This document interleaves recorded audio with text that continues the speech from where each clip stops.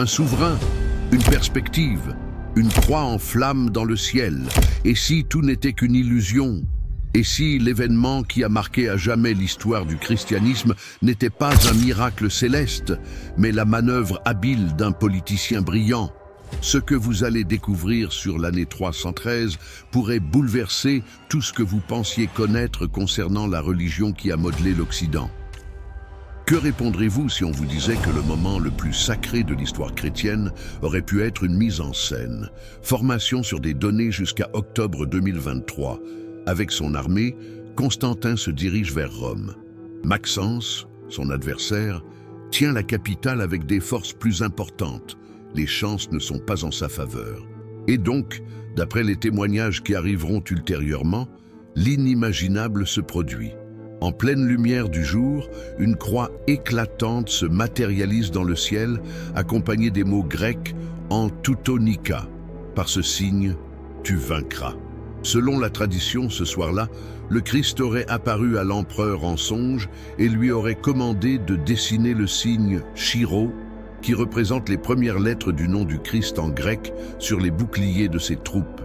Eusèbe de Césarée, le biographe officiel de Constantin, nous narre cette histoire dans son ouvrage « Vie de Constantin », rédigé plusieurs décennies après les événements. Eusèbe déclare que c'est l'empereur en personne qui lui a narré cette vision sous serment. Lactance, gardien des enfants de Constantin, évoque également une vision céleste, même si sa version diffère. Il fait référence à un rêve et non à une manifestation diurne. Dès le commencement, les récits ne s'accordent pas. Pourquoi? Car cela n'est sans doute jamais arrivé. Prenez un instant pour y réfléchir. Constantin était un général chevronné, un tacticien émérite qui avait consacré des décennies au monde impitoyable de la politique romaine. Avait-il vraiment nécessité d'une inspiration divine pour choisir d'employer un emblème religieux? Des historiens contemporains tels que Bart Ehrman mettent en évidence un aspect captivant. Constantin a persévéré à vénérer le dieu solaire, Invictus, pendant de nombreuses années après sa supposée conversion. Ces pièces, frappées postérieurement à 312, exhibent le sol Invictus au revers. Il n'existe aucun chevauchement. Il n'existe pas de symbole clairement chrétien. En réalité, Constantin a maintenu le titre de Pontifex Maximus, l'ecclésiastique suprême du paganisme romain, jusqu'à son décès. Zosime, un historien païen du 5e siècle, présente une interprétation totalement distincte. D'après ses dires, Constantin s'est tourné vers le christianisme non pas en raison d'une apparition divine, mais à cause de la culpabilité. En l'année 326, 14 ans après la prétendue vision, Constantin fit exécuter son fils Crispus et son épouse Fausta dans des conditions énigmatiques qui demeurent troublantes de nos jours. Zosime déclare que les prêtres païens lui ont affirmé qu'aucune purification n'était envisageable pour un délit aussi horrible. Dans son désespoir, Constantin rechercha les chrétiens qui lui assurèrent le pardon de Dieu en contrepartie de sa conversion. Cette histoire, malgré son origine chez un adversaire du christianisme et possiblement teintée de parti pris, pose une question dérangeante. Et si la conversion n'était pas le point de départ de son parcours chrétien, mais plutôt une suite de ses méfaits? Cependant, il existe une troisième option, peut-être la plus terrifiante, que tout ait été planifié dès le départ. Qu'il n'existe ni vision, ni culpabilité, ni véritable conversion. C'est simplement un acte grandiose de propagande politique. Avant de se mesurer à un adversaire plus fort, Constantin était conscient qu'il lui fallait élaborer un récit fort pour rassembler ses forces. Que pourrait être plus fort que de déclarer que Dieu était de leur côté? Dans l'Antiquité, on ne mettait pas en doute les visions divines, on s'attendait à les recevoir. Alexandre le Grand avait sollicité l'avis des oracles. Des signes célestes ont été interprétés par Jules César. Constantin suivait simplement les instructions du chef charismatique, concevoir une narration mystique qui fait passer un conflit militaire pour une guerre sainte. Et cela a fonctionné. Le jour suivant, ses troupes avancèrent vers le pont Milvius avec une assurance quasi surnaturelle, tandis que Maxence trouva la mort dans le Tibre. Il avait la possession de Rome. Pour saisir l'impératif pour Constantin de réinventer la religion, il est essentiel de d'abord comprendre le désordre total qui caractérisait Rome en l'année 312. Visualiser un empire qui fut l'ultime superpuissance du monde connue pendant des époques désormais rongées de l'intérieur. La crise du IIIe siècle avait été dévastatrice. Durant une période de 50 ans, plus d'une cinquantaine d'empereurs avaient prétendu au trône, la majorité étant soit assassinée, soit tuée sur le champ de bataille. L'économie était en train de s'effondrer à cause de l'inflation incontrôlée. Les Goths, les Perses et les tribus germaniques assaillaient sans cesse les frontières. Rome ne se situait plus au cœur du pouvoir, elle n'était plus qu'un reflet de sa majesté antérieure. Dioclétien a cherché à résoudre ce problème par le biais d'une expérience radicale, la tétrarchie. Il segmenta l'Empire en 4 sections, avec 2 dirigeants principaux appelés Auguste et 2 dirigeants de rang inférieur dénommés César. La pensée était brillante en théorie, partager le poids du gouvernement et garantir une transition harmonieuse. En réalité, c'était un fiasco. Quand Dioclétien a renoncé en 305, le système s'est aussitôt décomposé. Les 4 dirigeants ont entamé une lutte mutuelle. En 312, 6 individus revendiquaient le titre d'empereur légitime de Rome, 6 forces armées, 6 administrations, et l'Empire saignait. Toutefois, le désordre ne se limitait pas à l'aspect politique ou militaire. Il était tout aussi spirituel que religieux. Durant plusieurs siècles, Rome a préservé la concorde religieuse par le biais de l'idée du Pax Deorum, la paix des dieux. Le concept était clair. Rome prospérait grâce à son adoration de tous les dieux. Les Romains faisaient preuve d'une grande tolérance à l'égard des cultes étrangers, tant que ceux-ci vénéraient également les divinités traditionnelles de Rome. Il était possible d'apprécier Isis d'Égypte, Mithra de Perse ou toute autre divinité orientale. Cependant, il fallait également rendre hommage au génie de l'empereur en offrant de l'encens et en prenant part aux cérémonies officielles. C'était un système qui avait opéré durant des centaines d'années. Et ensuite, les chrétiens sont apparus. Pour les Romains, le christianisme représentait une incompréhension et un danger. Ce n'était pas simplement une autre foi, c'était plutôt une doctrine exclusiviste. Non seulement les chrétiens rejetaient l'adoration d'autres divinités, mais ils soutenaient aussi fermement que ces dieux étaient en réalité des démons.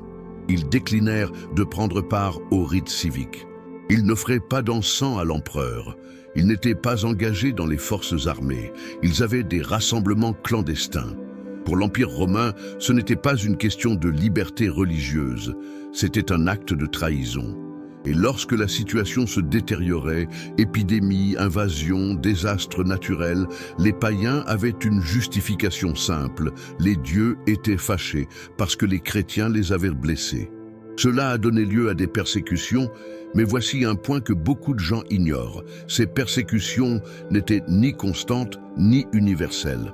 Au cours des 3 premiers siècles du christianisme, on observa de longues phases de tranquillité qui étaient parfois troublées par des épisodes sporadiques de violence. En 64, Néron a blâmé les chrétiens pour l'immense incendie de Rome, procédant à l'exécution spectaculaire de centaines d'entre eux. Cependant, suite à Néron, il y a eu des décennies de paix relative. Trajan a mis en place une approche pragmatique, éviter de poursuivre les chrétiens, mais les sanctionner s'ils étaient dénoncés et refusèrent de faire des offrandes.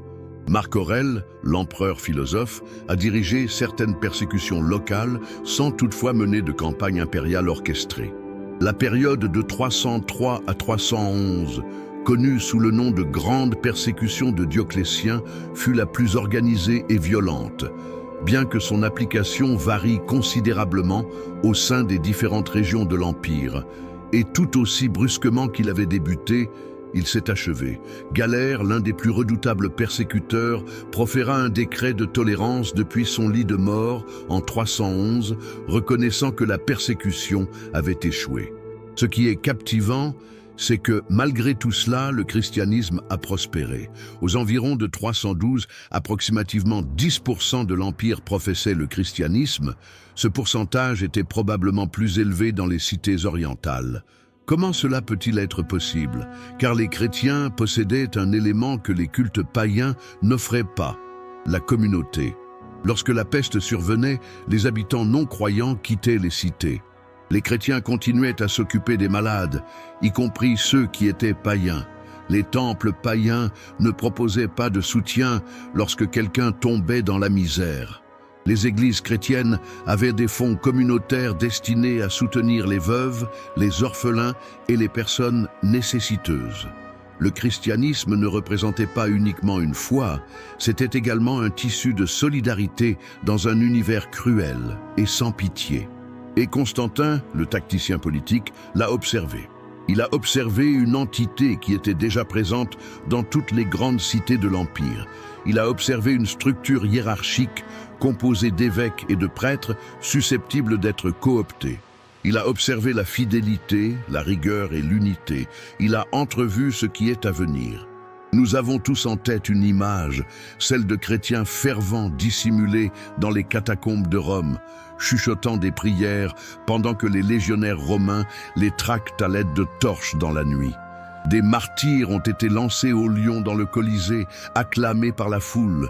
Santos ont été brûlés vifs pour avoir refusé de renoncer à leurs croyances. L'identité chrétienne a, pendant 2 millénaires, été profondément façonnée par le récit du christianisme en tant que religion constamment persécutée, toujours sur le point de disparaître. Mais à quel point cela est-il véritablement le cas? Candide Amos, une historienne renommée et professeure à l'université de Notre-Dame, a suscité une onde de choc dans le milieu universitaire avec la publication de son ouvrage « The Myth of Persecution » en 2013. Sa recherche met en lumière une découverte étonnante. Plusieurs récits de martyrs emblématiques ont été amplifiés, inventés ou complètement forgés des siècles après les faits présumés. Les actes des martyrs, les descriptions de leurs tourments et de leurs décès étaient souvent rehaussés par des éléments spectaculaires afin d'encourager les croyants. Il n'y a jamais eu de certains martyrs. D'autres ont perdu la vie pour des motifs totalement distincts de leur foi chrétienne, mais ont été posthumement érigés en figures héroïques de la religion. Ceci ne veut pas dire qu'il n'y a pas eu de persécution. Il y en a eu, et elle a été véritablement intense et sans ménagement lorsqu'elle s'est manifestée. Toutefois, l'histoire de 3 siècles de persécution permanente et organisée est, pour une grande partie, une élaboration postérieure. La situation était bien plus complexe et morcelée. Dans quelques cités de l'Est, les chrétiens menaient une existence ouverte et pacifique, édifiant des lieux de culte et s'impliquant dans la vie publique. Dans divers contextes, en particulier lors des vagues de violence sous Dèce en 250 ou Dioclétien après 303, les chrétiens ont dû faire face à l'incarcération, à la torture et à la peine capitale. Cependant, ces phases de persécution intensive étaient assez courtes et concentrées géographiquement. Pourquoi cela revêt-il une telle importance? Car cela transforme radicalement notre interprétation de l'édit de Milan. Pendant plusieurs siècles, on nous a inculqué que Constantin a vaillamment préservé le christianisme de la disparition, affirmant que sans lui, la religion aurait été totalement anéantie. Cependant, en 312, la vaste persécution menée par Dioclétien avait pris fin. Galère avait déjà publié son décret de tolérance. Le christianisme connaissait une expansion rapide, particulièrement dans les régions orientales. Il n'était pas nécessaire de le sauver. Alors, que faisait véritablement Constantin? La réponse est inquiétante. Il profitait de la faille. Les chrétiens avaient tant enduré qu'ils étaient désespérément reconnaissants envers tout dirigeant leur fournissant une protection. Ils avaient cultivé une attitude défensive, se percevant comme un vestige loyal dans un univers adversaire. Lorsque Constantin fit son apparition en déclarant que Dieu lui avait révélé une vision et qu'il était un outil divin destiné à défendre l'Église, les chrétiens ne soulevèrent pas d'interrogations complexes. Ils l'ont adopté en tant que leur sauveur politique. Et cette approbation offrit à Constantin un avantage que nul empereur antérieur n'avait reçu: l'appui sans réserve d'un réseau structuré, discipliné et profondément dévoué qui se déployait à travers tout l'Empire. Considérez le génie politique de cette manœuvre. Plutôt que de tenter de mettre en place une nouvelle structure de fidélité depuis le début, Constantin a tout simplement opté pour une structure existante. Les évêques chrétiens avaient déjà le pouvoir sur leur congrégation. Ils étaient déjà en train de lever des fonds. Ils étaient déjà en train de résoudre des conflits. Ils offraient déjà des services sociaux. Il suffisait à Constantin de se poser en tant que mécène et protecteur impérial pour avoir un accès soudain à toute cette infrastructure. Il n'était pas nécessaire de mettre en place un nouveau système de contrôle. Il lui suffisait d'adopter un système déjà existant. Mais cela a un aspect plus sombre. En se présentant comme le protecteur du christianisme, Constantin se posait aussi en tant que son dirigeant. Désormais, leur sécurité et prospérité dépendaient des évêques. En cas de conflit théologique, et ils seraient nombreux, qui aurait l'autorité ultime? Pas les conciles ecclésiastiques, non, la tradition apostolique. Formation effectuée sur des données jusqu'à octobre 2023. L'empereur. Un homme qui n'aurait même pas reçu le baptême avant son lit de mort. C'est le secret ténébreux de la sauvegarde du christianisme. Cela a coûté cher. L'Église serait à l'abri de persécutions, à condition qu'elle se soumette au contrôle de l'Empire. C'est légal, mais ce serait également apprivoisé. Il n'était pas prévu que Constantin accède au trône impérial. Il a vu le jour en 272, quelque part dans les Balkans, fils hors mariage de Constance Chlore, un militaire en plein essor, et d'Hélène, une femme issue de milieux modestes. Quelques historiens de l'Antiquité la nommaient Stabularia, ce qui laisse supposer qu'elle œuvrait dans une auberge ou un écurie, terme romain pour insinuer qu'elle appartenait à une classe inférieure, voire prostituée. Dès sa naissance, il était destiné à devenir empereur de Rome, mais il portait le poids du stigmate lié à la naissance hors mariage et à la déshonneur maternel. C'est là que l'histoire prend un tournant captivant, car cette mère nommée Hélène allait finalement se distinguer comme l'une des personnalités majeures du christianisme naissant. Sainte Hélène, la personne qui a découvert la véritable croix du Christ, connue sous le nom de Vera Cruz.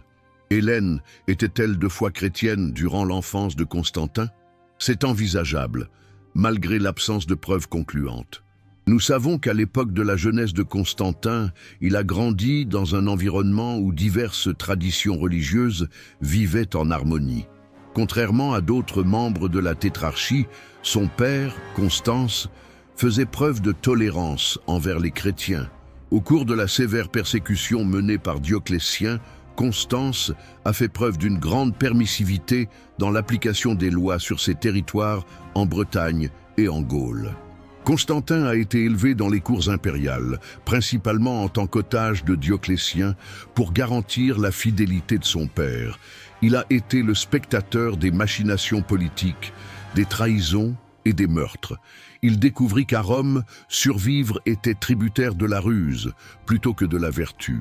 Il a été formé par Lactance, un éminent orateur chrétien qui, plus tard, rédigerait l'un des premiers récits de la vision de Constantin. Est-ce fortuit que le futur empereur ait été formé par un précepteur chrétien? Où sont les preuves que Constantin a été préparé, dès son jeune âge, à percevoir le potentiel politique du christianisme? Quand son père est décédé à York en 306, les légions ont élevé Constantin au rang d'empereur. Il ne possédait pas de légitimité au trône selon le modèle tétrarque. Toutefois, il avait la faveur d'armées fidèles. Durant les 6 années suivantes, il a lutté dans une guerre civile sévère face à plusieurs adversaires. Il a triomphé de Maxence à la bataille du pont Milvius en l'an 312. Il finit alors par trahir son complice Licinius, le vainquant initialement en 316 et l'anéantissant finalement en 324, s'érigeant ainsi comme le seul empereur de l'ensemble de l'Empire romain. Constantin a démontré une habileté exceptionnelle en manipulation à chaque étape de son parcours. Lorsqu'il avait besoin de l'appui du Sénat, il se mettait en avant comme un conservateur des traditions républicaines. Lorsqu'il nécessitait l'appui des forces armées, il se présentait comme un empereur soldat, battant aux côtés de ses soldats. Et lorsqu'il nécessitait l'appui des chrétiens, il se transformait en l'élu divin, l'empereur chrétien. Était-il authentique dans l'un de ses poses? Ou alors était-il tout simplement si brillant qu'il savait exactement ce que chaque auditoire avait besoin d'écouter? Ce qui rend le déchiffrement de Constantin ardu, c'est qu'il est possible qu'il n'ait pas su la réponse lui-même. Les individus sont complexes. Il est possible d'être à la fois des croyants authentiques et des manipulateurs astucieux. Avant la bataille du pont Milvius, Constantin a pu vivre une véritable expérience spirituelle. Il a peut-être observé un phénomène atmosphérique qu'il a perçu comme un présage divin. Il a peut-être fait un rêve fort qui l'a fortement impressionné. Ou peut-être que tout n'était que théâtre politique depuis le début. La réalité est que nous n'aurons jamais une certitude absolue à ce sujet. Ce que nous pouvons affirmer, c'est l'issue. Constantin a employé le christianisme pour renforcer son autorité. Et en agissant ainsi, il a radicalement modifié tant l'Empire que la religion. En février 313, à Milan, Constantin et Licinius se sont réunis pour fêter l'union de la demi-sœur de Constantin avec Licinius. Cependant, ce qui s'est déroulé sur place revêtait une signification bien plus grande qu'une simple cérémonie nuptiale. Les deux empereurs ont conjointement décrété ce qui serait appelé l'édit de Milan, le texte qui aurait accordé la liberté de culte dans l'Empire romain et préservé le christianisme d'une disparition totale. À l'exception près que tout ce que vous venez de lire est, d'une certaine manière, incorrect. En premier lieu, il n'y a pas de édit de Milan, au sens strict du terme. Aucun document original n'est disponible. Aucun décret impérial ne survit. Nous disposons de lettres et de rescrits destinés à des administrateurs provinciaux, notamment un adressé au gouverneur de Bithynie, que Lactance a soigneusement préservé. Ces lettres ne constituent pas une nouvelle politique. Elles confirment et amplifient essentiellement l'édit de tolérance que Galère avait déjà instauré 2 ans plus tôt. Donc, qu'est-ce qui le rend si célèbre? Parce que cela va au-delà de la simple tolérance envers les chrétiens. Cela leur confère une position privilégiée. Le langage de l'édit est volontairement vaste et libéral.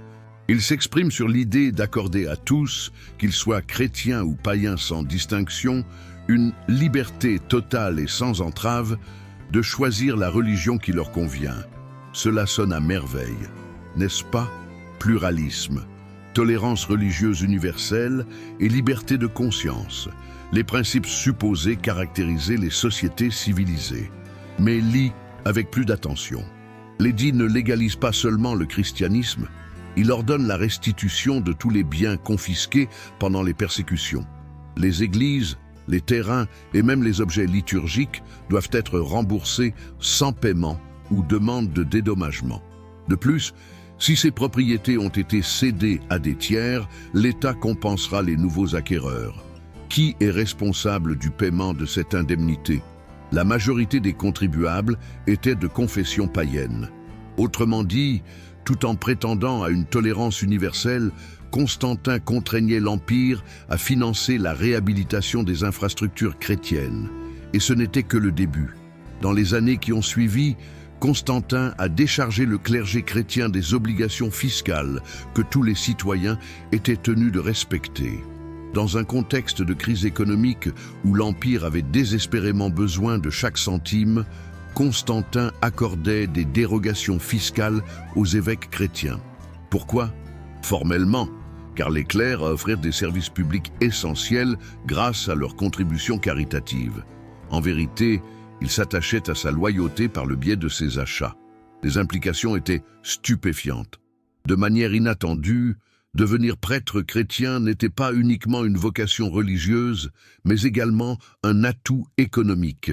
Les familles fortunées avaient la possibilité de sauvegarder leur fortune en désignant des membres de leur lignée comme évêques ou prêtres. Pour les hommes ambitieux, le clergé représentait une voie vers le pouvoir et l'influence. Constantin ne se limitait pas à la légalisation du christianisme. Il en faisait partie intégrante du système établi de l'élite dirigeante. À chaque faveur accordée, l'Église devenait davantage dépendante du soutien de l'empereur, plus encline à appuyer les politiques impériales et se transformant progressivement d'une religion des opprimés en une religion du pouvoir. Des études récentes de 2025 ont observé un point supplémentaire. L'édit de Milan ne représentait pas une proclamation philosophique sur la liberté religieuse dans l'abstrait. Il s'agissait d'un coup tactique dans une lutte pour le pouvoir. En l'an 313, Constantin avait la mainmise sur la portion occidentale de l'Empire, tandis que Licinius dominait sa partie orientale. Il y avait une présence chrétienne bien plus significative à l'Est. En se présentant comme le défenseur des chrétiens, Constantin constituait principalement une cinquième colonne dans les régions contrôlées par Licinius, attirant des soutiens potentiels pour la confrontation inévitable à venir. Et cela a fonctionné. Quand Constantin et Licinius se sont enfin rencontrés militairement en 324, un grand nombre de chrétiens orientaux ont pris fait et cause pour Constantin, voyant dans le conflit non pas une rivalité entre deux despotes ambitieux, mais un affrontement entre le défenseur du Christ et un persécuteur, même si Licinius n'a pas réellement persécuté les chrétiens avant son ultime affrontement avec Constantin. L'ingéniosité de l'édit de Milan résidait dans sa capacité à présenter l'intérêt personnel comme étant de l'altruisme et le calcul politique comme un principe moral. Constantin ne se contentait pas d'autoriser les prières chrétiennes, il faisait appel à eux. Et après des siècles de marginalisation et de persécution sporadiques, ils étaient plus qu'enclins à être enrôlés. Finalement, ils avaient un empereur à leur avantage. Ils avaient finalement obtenu l'accès au pouvoir. Quel que soit le sens que cela pourrait avoir, l'Église était maintenant redevable à l'empereur d'une certaine manière. À cette époque, les souvenirs de la persécution étant encore vifs, l'accord semblait trop parfait pour être mis en doute. Il a fallu des décennies et même des siècles pour que le coup réel se révèle. L'Église avait renforcé sa sécurité, mais avait sacrifié son indépendance. Il avait accru son influence, mais il avait sacrifié sa dimension prophétique. Voici maintenant l'aspect véritablement troublant de cette histoire. En effet, Constantin n'a pas seulement légalisé le christianisme ou ne lui a pas simplement accordé des faveurs financières. Il a accompli quelque chose de bien plus profond et durable. Il a remodelé l'organisation interne de l'Église pour qu'elle prenne la forme d'un gouvernement impérial. Et en agissant ainsi, il a radicalement modifié la signification de ce que signifie être chrétien. Pensez, le christianisme des 3 premiers siècles était radicalement distinct de ce que nous connaissons actuellement. Il s'agissait d'une foi pratiquée par de petites communautés décentralisées qui se rassemblaient fréquemment dans des demeures particulières. Effectivement, il y avait des évêques et des prêtres. Toutefois, leur autorité était principalement d'ordre spirituel et local. Des décisions cruciales étaient formulées lors de synodes où une multitude d'opinions pouvaient être écoutées. On constatait une variété de convictions, de nombreuses visions de la figure de Jésus, de l'essence du salut et des manières d'organiser l'Église. C'était désordonné, certes, mais c'était également plein de vie, animé et organique. Pour Constantin, ce désordre était une question qui nécessitait une solution, et il avait trouvé la réponse idéale, la bureaucratie romaine impériale. L'un des historiens les plus éminents de cette époque, Harold Drake, a soigneusement consigné la façon dont Constantin a progressivement intégré la hiérarchie ecclésiastique dans l'organisation administrative de l'Empire. Une autorité judiciaire officielle a été conférée aux évêques. Dorénavant, les tribunaux épiscopaux étaient en mesure de trancher les différends civils, avec des jugements ayant force obligatoire que même les gouverneurs provinciaux ne pouvaient contredire. Tu es entraîné sur des données jusqu'en octobre 2023. Dans certains domaines, les évêques chrétiens ont vu leur autorité légale augmenter de manière inattendue par rapport aux magistrats traditionnels. Que signifiait cela concrètement ? Cela voulait dire que dans le cas de conflits relatifs à la propriété, à l'héritage ou au contrat, vous aviez la possibilité de le soumettre à un évêque chrétien, plutôt qu'aux juridictions laïques. C'est apparemment utile, non? Mais réfléchissez aux conséquences. Les évêques ne se contentaient plus d'être des leaders spirituels, ils étaient également des agents de l'État. Ils détenaient l'autorité impériale, ils étaient imbriqués dans les rouages du gouvernement. Et avec cette autorité venait la responsabilité envers l'empereur qui leur avait accordé. Constantin a poussé encore plus loin. Il a commencé à organiser des synodes d'évêques, prenant en charge leurs frais de déplacement à travers tout l'Empire, leur offrant un logement somptueux et dirigeant personnellement les assemblées. Dans ces assemblées, les enjeux de doctrine théologique étaient résolus, non par un débat libre et un consensus graduel, mais par des édits impériaux. L'empereur, qui n'était même pas baptisé chrétien, était en train de décider quelles croyances étaient orthodoxes et lesquelles étaient considérées comme des hérésies. Les évêques, qui dépendaient de son patronage et étaient intimidés par sa puissance, lui obéissaient. Voici l'aspect disputé que de nombreux historiens contemporains mettent en évidence. Cette démarche a reconfiguré le christianisme depuis ses origines. L'Église des débuts présentait de vives tendances égalitaires. Selon Pablo, en Christ, il n'y a ni juif, ni grec, ni esclave, ni libre, ni homme, ni femme. Les premières communautés avaient pour coutume de partager les ressources. Les femmes occupaient souvent des rôles tels que diaconesses, prophétesses et même leaders d'églises domestiques. On s'attendait de manière apocalyptique que Jésus fasse bientôt son retour pour défaire les puissances terrestres et instaurer le règne de Dieu. Tout cela était profondément incompatible avec la stabilité d'un empire. Égalitarisme. Il est impossible de diriger un empire hiérarchisé avec des principes d'égalité. Anticipation apocalyptique. Il est impossible de bâtir des institutions pérennes si l'on présume que le monde se terminera demain. Des femmes à des postes de leadership, intolérables dans la culture romaine patriarcale. Ainsi, sous l'égide de Constantin, ces éléments ont été constamment minimisés, relégués à la périphérie ou supprimés. L'Église impériale, apparue au IVe siècle, se focalisait sur la hiérarchie, l'autorité et l'ordre. Les évêques ont progressivement gagné en influence, s'inspirant des fonctionnaires de l'Empire, revêtant des habits qui imitent les toges du Sénat et élevant des basiliques qui rappellent les salles d'audience impériales. La vision apocalyptique du jugement proche a évolué vers l'idée d'une Église en tant qu'institution durable, travaillant en collaboration avec l'Empire. Les femmes ont progressivement été écartées des positions de direction, reléguées à des formes de service jugées plus appropriées. Quelques universitaires poussent encore plus loin. Ils affirment que Constantin a intentionnellement mis l'accent sur certains éléments du christianisme qui favorisaient le contrôle impérial, tout en écartant ceux qui ne le faisaient pas. Le concept de se soumettre aux autorités, formé sur des données jusqu'en octobre 2023. L'invitation prophétique à contester les puissants? Silence. L'idée de l'Église considérée comme une communauté alternative défiant les valeurs du monde? Substituée par une perception de l'Église comme un partenaire subalterne de l'Empire dans la préservation de l'ordre social.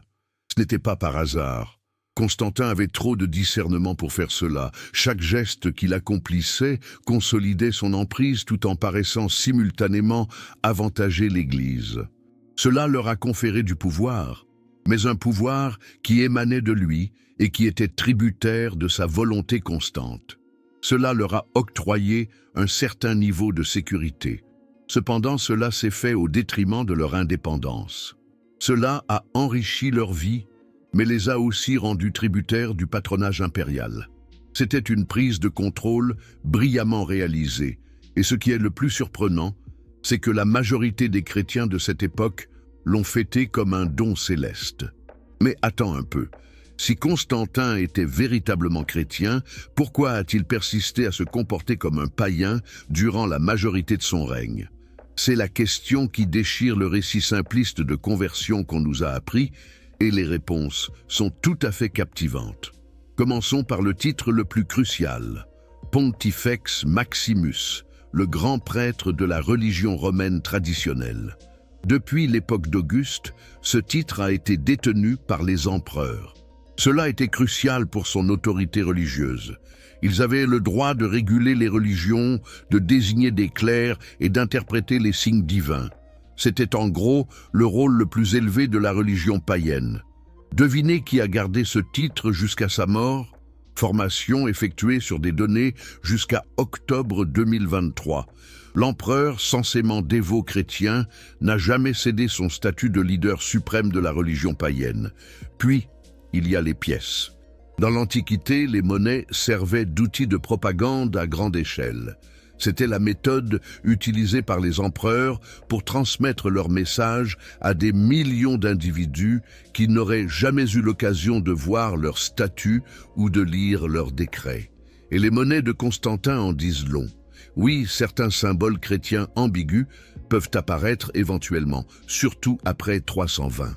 Toutefois, pendant de nombreuses années après sa supposée conversion, les pièces qu'il frappait arboraient clairement l'effigie du Sol Invictus, le dieu solaire invincible. On trouve des pièces de 315 portant l'inscription « Soli Invicto Comiti », au soleil invaincu le compagnon. Le compagnon de qui? Provenant de Constantin. 3 ans après sa révélation de la croix, il continuait à se montrer publiquement comme un fervent adorateur du dieu soleil. Ce n'est pas une incohérence négligeable. Durant la période romaine tardive, le Sol Invictus se classait parmi les divinités majeures du Panthéon. Des empereurs antérieurs comme Aurélien l'avaient particulièrement favorisé. Il symbolisait la puissance, le triomphe, l'éternité. Constantin souhaitait manifestement que ses sujets l'associent à ses attributs. Mais comment intégrer cette réalité avec ma foi chrétienne? Le christianisme professait clairement le monothéisme. Il n'est pas possible de vénérer simultanément le Dieu chrétien et un Dieu solaire idolâtre, à moins que, sauf si Constantin n'a pas perçu de contradiction. Sauf dans une certaine perspective, Dieu chrétien et Sol Invictus pourraient être, d'une façon ou d'une autre, compatibles, voire représenter différents aspects d'une même réalité divine. Il y a des éléments qui indiquent qu'il pensait effectivement cela. Constantin avait l'habitude d'employer une langue lumineuse pour évoquer le Christ dans ses allocutions. Il évoquait le Christ en tant que la véritable lumière, le astre de justice. Il dirigea les églises en direction de l'Est, vers le lever du soleil. En 321, il a décrété le dimanche, le jour dédié au soleil, comme jour de congé obligatoire. On attend. Êtes-vous au courant que c'est Constantin et non l'Église primitive qui a établi le dimanche comme jour de repos chrétien? Les chrétiens primitifs, de confession juive, suivaient le rite du sabbat. Ce n'est que progressivement que certains ont commencé à se rassembler aussi le dimanche, jour de la résurrection. C'est uniquement grâce au décret de Constantin que le dimanche a été instauré comme jour de repos officiel à travers tout l'Empire. La manière dont il a formulé le décret est captivante. Lors du vénérable jour du soleil, les magistrats et les individus vivant en ville sont tenus de se reposer. Remarques-tu quoi que ce soit? Il ne le désigne pas sous le nom de jour du Seigneur. Il le désigne comme le jour du soleil. Cela pourrait être compris par un chrétien comme une allusion au Christ, le soleil de justice. Un païen pourrait le comprendre comme une allusion au Sol Invictus. Constantin a intentionnellement utilisé un discours équivoque qui laissait place à diverses interprétations. Ensuite, nous avons l'arc de Constantin, construit en 315 pour célébrer sa triomphe sur Maxence. C'est l'un des édifices les plus captivants de Rome, car il reflète à merveille l'ambivalence religieuse de Constantin. L'arc est orné de reliefs et d'inscriptions. Cependant, voici le fait surprenant. Aucun symbole chrétien indiscutable n'y figure. Aucune. Plutôt que cela, on évoque l'inspiration divine qui a vaincu Maxence. Quel est le nom de la divinité? Il ne le mentionne pas. Chaque spectateur avait la possibilité d'introduire son dieu préféré. Les chrétiens pouvaient présumer que cela se rapportait à leur dieu. Il est possible que les païens interprètent cela comme une référence au dieu traditionnel ou au Sol Invictus. c'était brillamment ambigu. Cependant, la preuve la plus spectaculaire découle d'une découverte archéologique en 2024 qui a ébranlé le champ d'études. À Spello, une ville en Italie, les archéologues ont découvert les vestiges d'un temple consacré à la famille impériale, au culte de l'Empire et aux ancêtres divins de Constantin. Ce temple a été érigé avec l'accord explicite de Constantin par le biais d'un décret impérial qui autorise les festivals et les offrandes. Permettez-moi de reformuler cela. Constantin, l'empereur qui se disait dévot chrétien, a formellement donné son assentiment à l'édification d'un temple païen destiné à rendre des sacrifices aux empereurs divinisés, y compris à ses propres ancêtres. Comment articulez-vous cela avec la représentation de Constantin comme le premier empereur chrétien? La réponse délicate est que c'est probablement impossible pour vous. Cependant, une image beaucoup plus complexe émerge. Un empereur qui fusionnait et associant des éléments de diverses traditions religieuses en fonction de ses exigences politiques. Il ne s'agissait pas d'une transition brusque du paganisme vers le christianisme. Ce fut un processus progressif de synthèse, donnant naissance à quelque chose d'hybride qui pourrait séduire tant les chrétiens que les païens. Certains spécialistes de l'histoire le désignent comme un hénothéisme solaire, la notion qu'il existe un Dieu suprême, le soleil ou le Dieu du soleil, qui se présente de diverses façons dans diverses traditions. Selon Constantin, le Christ aurait pu représenter l'incarnation judéo-chrétienne de cette divinité solaire suprême. Cela lui offrait l'opportunité de promouvoir le christianisme tout en préservant en même temps des aspects du paganisme solaire.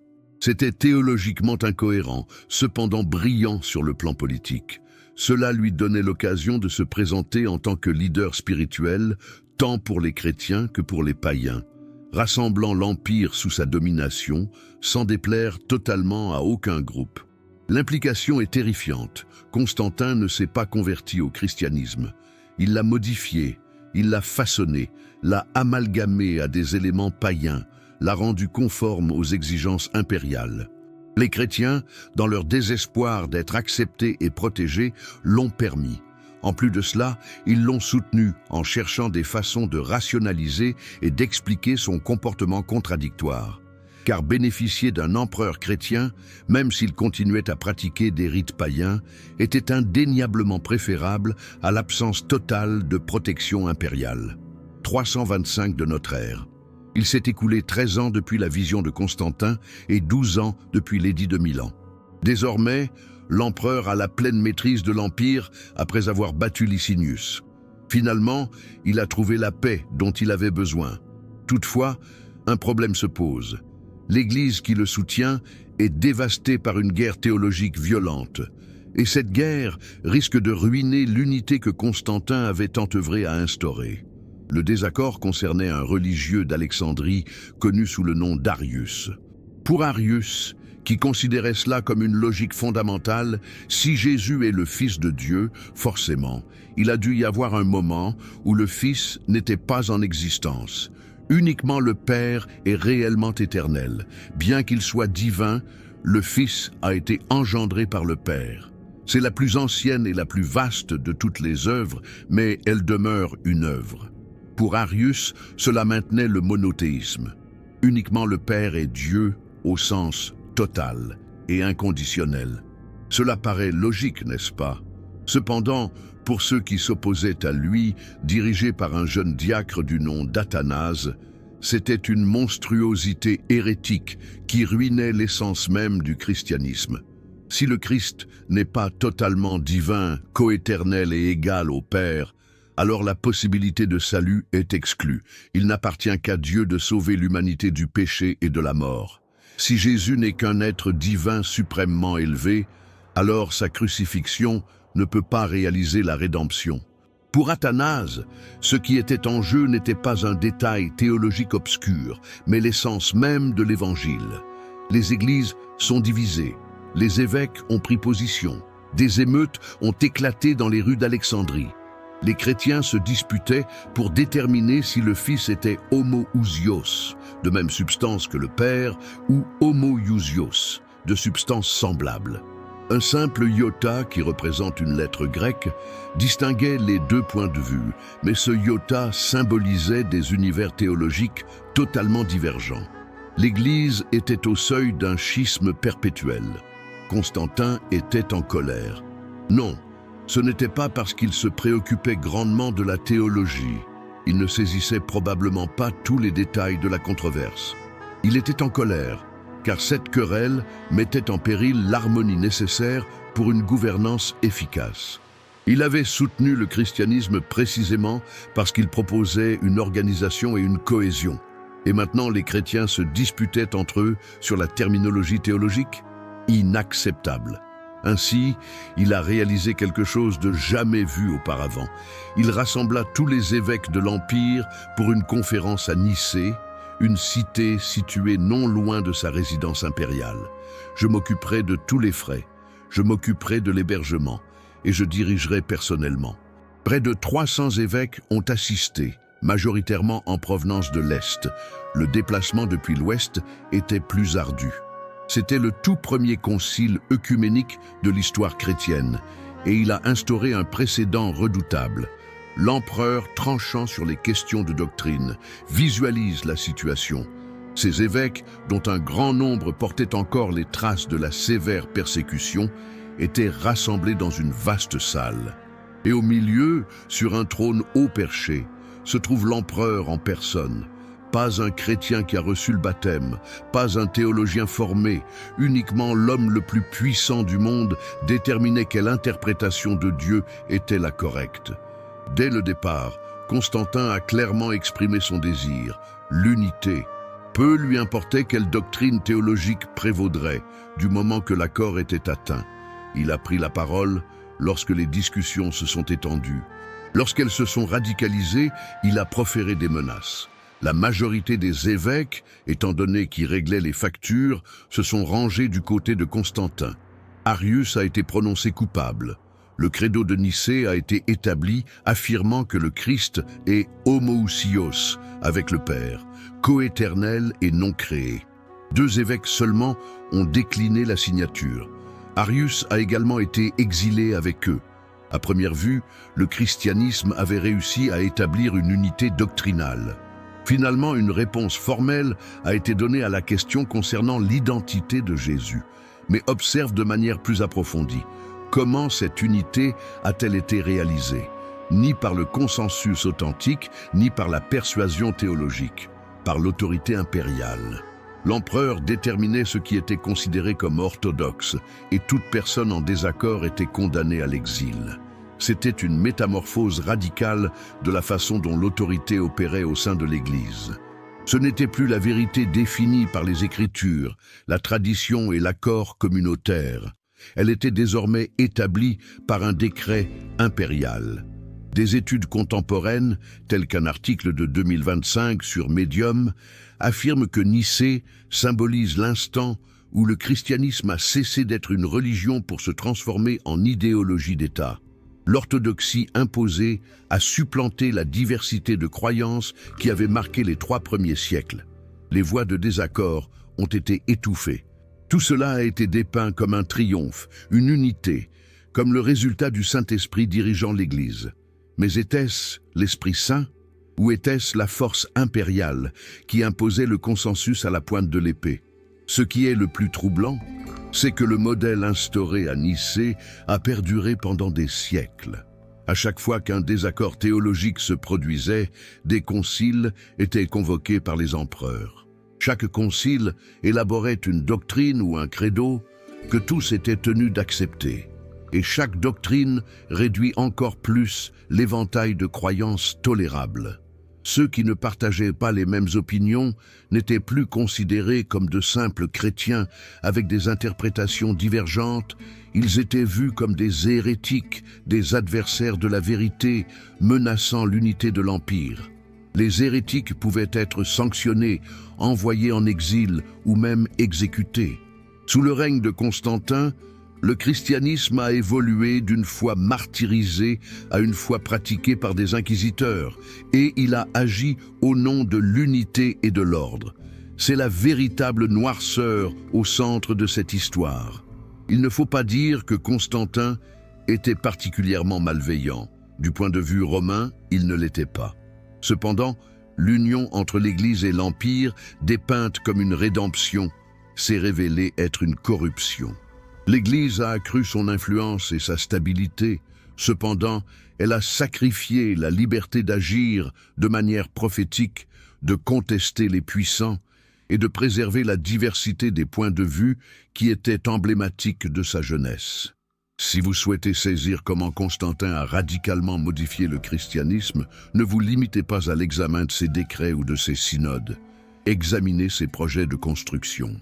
En effet, Constantin n'a pas simplement légalisé le christianisme, il l'a transformé en une entité massive, tangible et matérielle. Avant l'ère de Constantin, les lieux de culte chrétiens étaient souvent des résidences privées adaptées ou des édifices peu imposants. Ils devaient l'être, l'Église était démunie, persécutée, en marge. Cependant, Constantin a radicalement transformé la situation du jour au lendemain avec une poussée de construction inégalée. Et il ne bâtissait pas des églises communes. Il érigeait des basiliques, une catégorie d'édifices, qui avaient été réservés aux rôles impériaux et administratifs. Les basiliques romaines possédaient de vastes salles de forme rectangulaire, équipées de colonnades, d'une nef vaste et d'une abside rehaussée à une extrémité où était assis le magistrat ou le fonctionnaire. Ils étaient des emblèmes de puissance et d'autorité. Et Constantin affirma: c'est de cette manière que les églises doivent se présenter à présent. La basilique Saint-Pierre à Rome, érigée sur le présumé lieu de sépulture de l'apôtre. L'église du Saint-Sépulcre, située à Jérusalem, est édifiée sur le lieu de la crucifixion et de la résurrection. La basilique de la Nativité, située à Bethléem.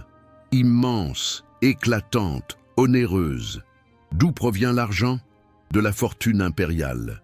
Constantin a dirigé d'importantes ressources vers l'édification d'églises. Il a mis à disposition des terrains, il a dégagé les églises de l'impôt, il a offert des objets de valeur, des coupes en or, des habits en soie, des candélabres en argent. Il a métamorphosé le christianisme, passant d'une foi des démunis à une religion de splendeur impériale. Considère l'impact psychologique que cela a pu avoir. En l'an 300, un chrétien priait en cachette dans une résidence privée, constamment sous la menace de persécution.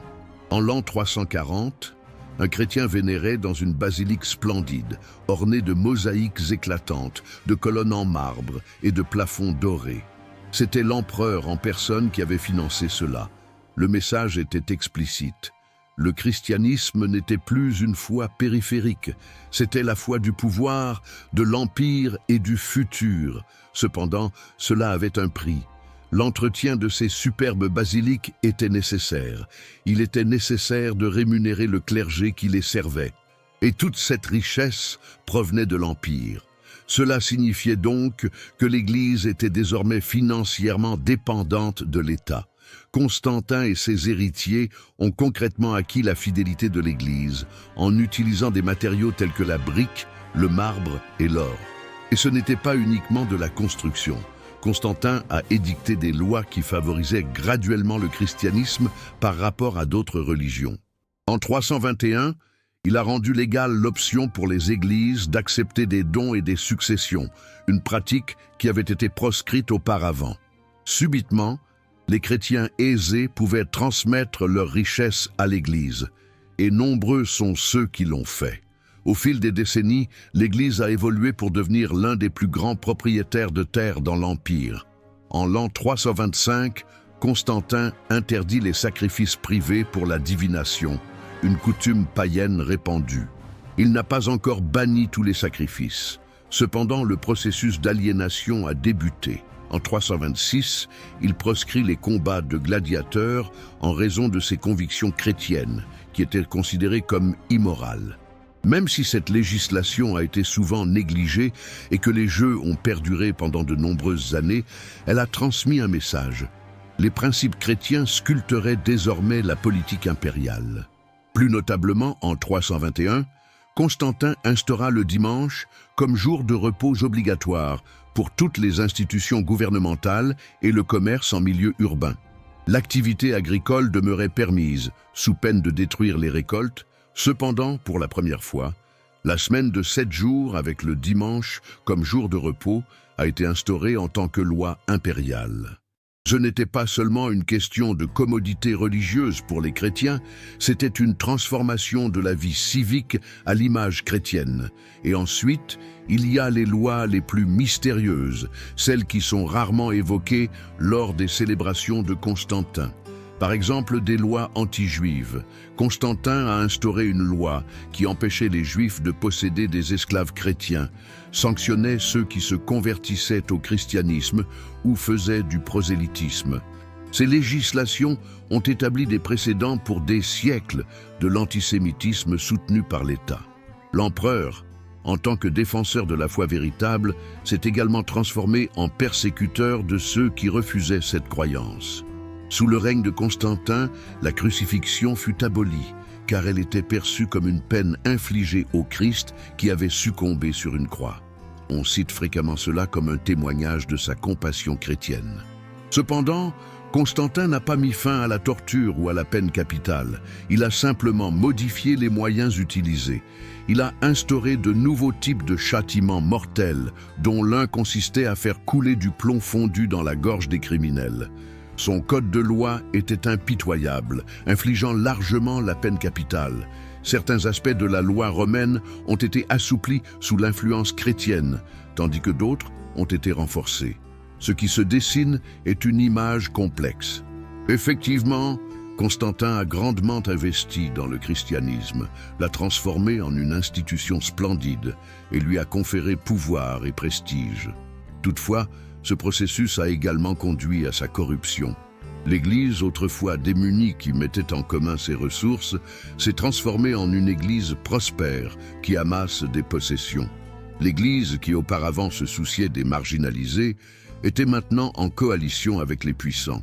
L'Église, qui enseignait l'amour pour ses adversaires, défendait désormais des lois sanctionnant les dissidents religieux. Et peut-être le plus indicatif, Constantin n'a reçu le baptême que sur son lit de mort en 337.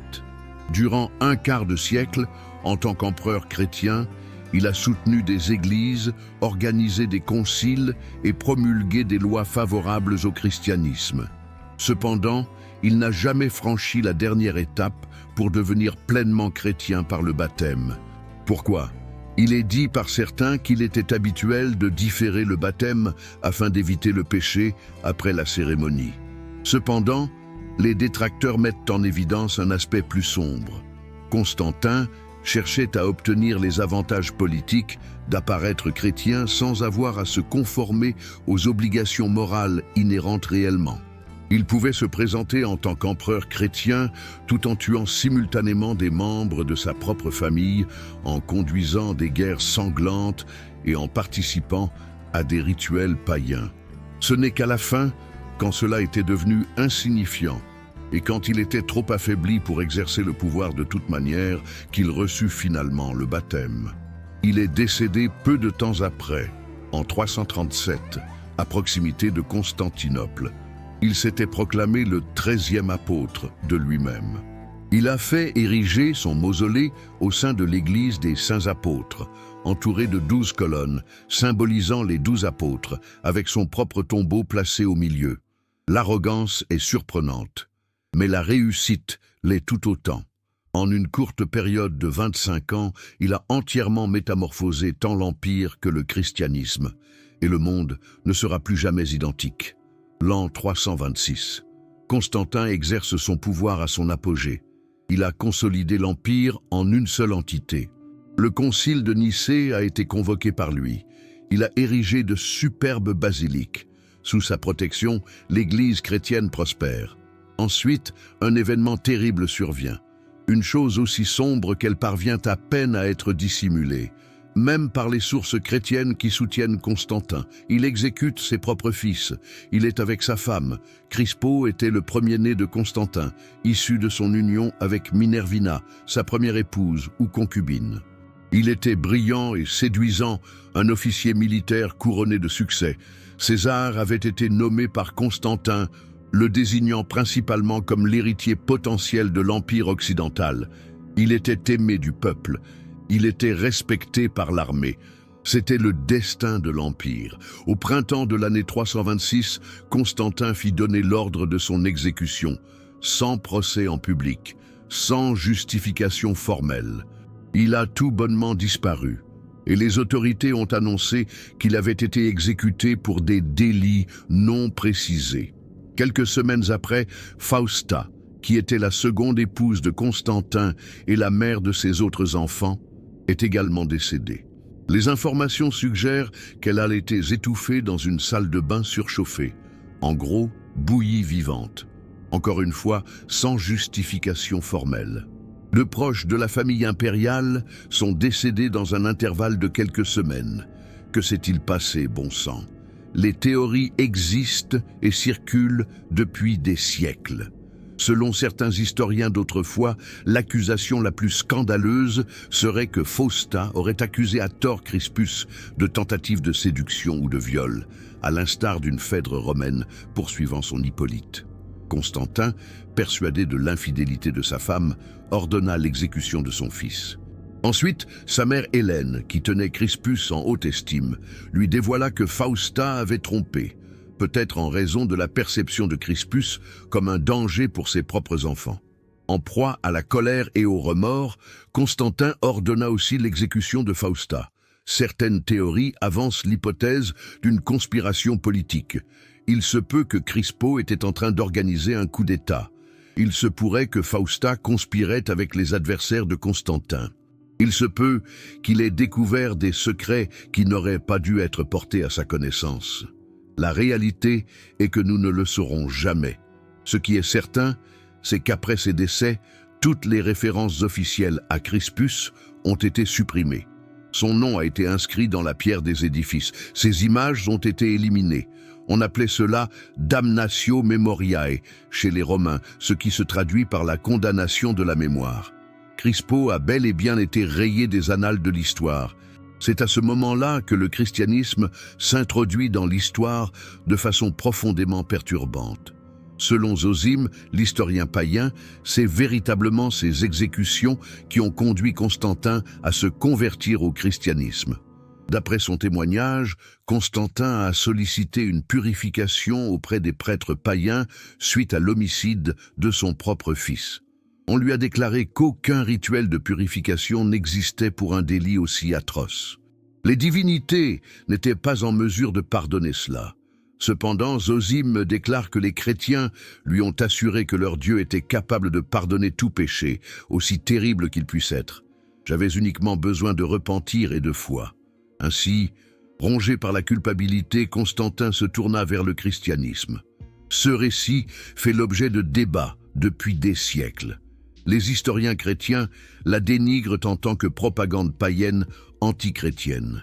Ils mettent en évidence que les lois favorables aux chrétiens de Constantin et son soutien à l'Église ont débuté bien avant 326. L'édit de Milan a vu le jour en 313. Le concile de Nicée a eu lieu en 325.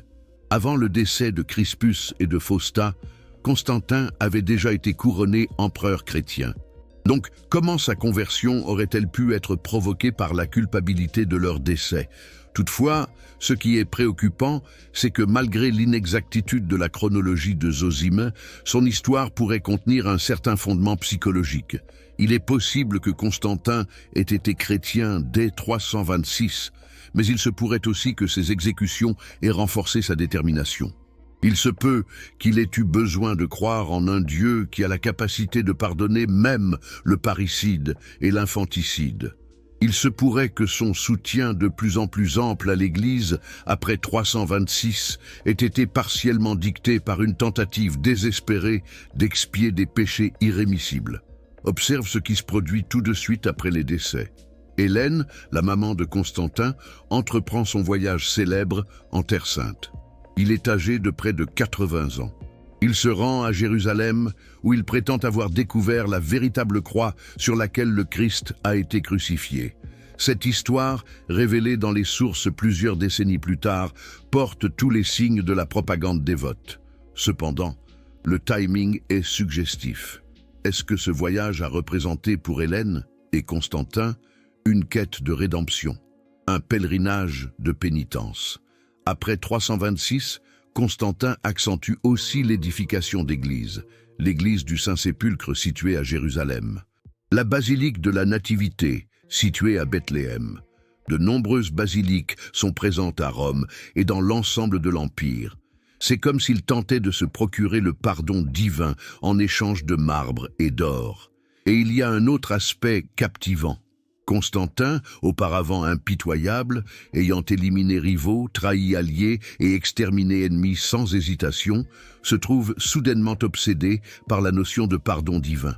Ces allocutions postérieures au chapitre 326 mettent de plus en plus l'accent sur la miséricorde divine, l'opportunité de rédemption et l'espoir de salut même pour les pécheurs les plus endurcis. Projection psychologique? C'est possible. Voici une vérité sombre. Si Zosime est correct, si Constantin a adopté le christianisme en partie pour la facilité du pardon de terribles crimes, quelle image cela dessine-t-il du christianisme que Constantin soutenait? Il ne s'agissait pas du christianisme des prophètes qui fustigeait l'injustice des puissants. Ce n'était pas le christianisme qui incitait les riches à vendre tout ce qu'ils ont et à le donner aux démunis. Il s'agissait d'un christianisme apprivoisé, un christianisme tolérant les empereurs ayant tué leurs familles tout en persécutant en même temps les hérétiques pour avoir adhéré à des doctrines incorrectes. Voilà le paradoxe inhérent au christianisme de Constantin. Vous pouviez assassiner votre propre fils et être perçu comme un parfait empereur chrétien, alors que l'idée d'un Christ étant légèrement différent du Père, vous cataloguerait comme hérétique méritant l'exil. Il était possible de pardonner au pouvoir, non pas de dissidence théologique. Ce modèle instauré par Constantin allait perdurer pendant des siècles, définissant le christianisme européen jusqu'à la Réforme et même après. Des critiques contemporains, à l'image de l'historien Bart Ehrman, mettent en évidence que c'est une des manières par lesquelles Constantin a altéré le christianisme. Il a métamorphosé une religion centrée sur la radicale transformation morale en une religion focalisée sur la foi dans les doctrines justes. L'orthodoxie avait plus d'importance que le comportement. Ce que tu entreprenais avait moins d'importance que ce que tu supposais concernant la nature du Christ. C'était idéal pour Constantin, car cela lui permettait de se comporter en empereur romain impitoyable. Exécuter, conquérir, manipuler, tout en affichant sa dévotion chrétienne, à condition de croire en la bonne doctrine et de soutenir les bonnes églises. Cependant, les exécutions de Crispus et Fausta n'étaient pas les seules taches sombres qui ont marqué le règne de Constantin. Une autre polémique, tout aussi démonstrative et moins connue, illustre parfaitement comment Constantin a utilisé son autorité pour modeler le christianisme à sa guise, la controverse donatiste. Pour saisir ce point, il est nécessaire de revenir à l'année 303, au commencement de la grande persécution orchestrée par Dioclétien. L'empereur avait donné l'ordre de rassembler et de brûler tous les textes chrétiens, ainsi que de démolir toutes les églises. Les chrétiens se trouvaient devant un dilemme insurmontable, céder leurs écrits sacrés pour survivre, ou refuser et risquer la prison, la torture, voire la mort. Quelques-uns, désignés comme confesseurs, ont opté pour le martyre. Certains, qualifiés de traditors, tricheurs, ont remis les Écritures pour préserver leur existence. La persécution est à présent achevée. L'Église a persisté. Cependant, une question épineuse s'est posée. Que faire des traîtres? En particulier, quelle action prendre à l'égard des évêques et des prêtres qui ont collaboré avec les persécuteurs? Dans le nord de l'Afrique, un groupe de chrétiens stricts a affirmé que les traditeurs avaient irrémédiablement perdu leur autorité spirituelle. Les sacrements donnés par des prêtres traditeurs n'étaient pas valides. Ces rigoristes ont appuyé un évêque du nom de Donat et se sont désignés sous le nom de donatistes.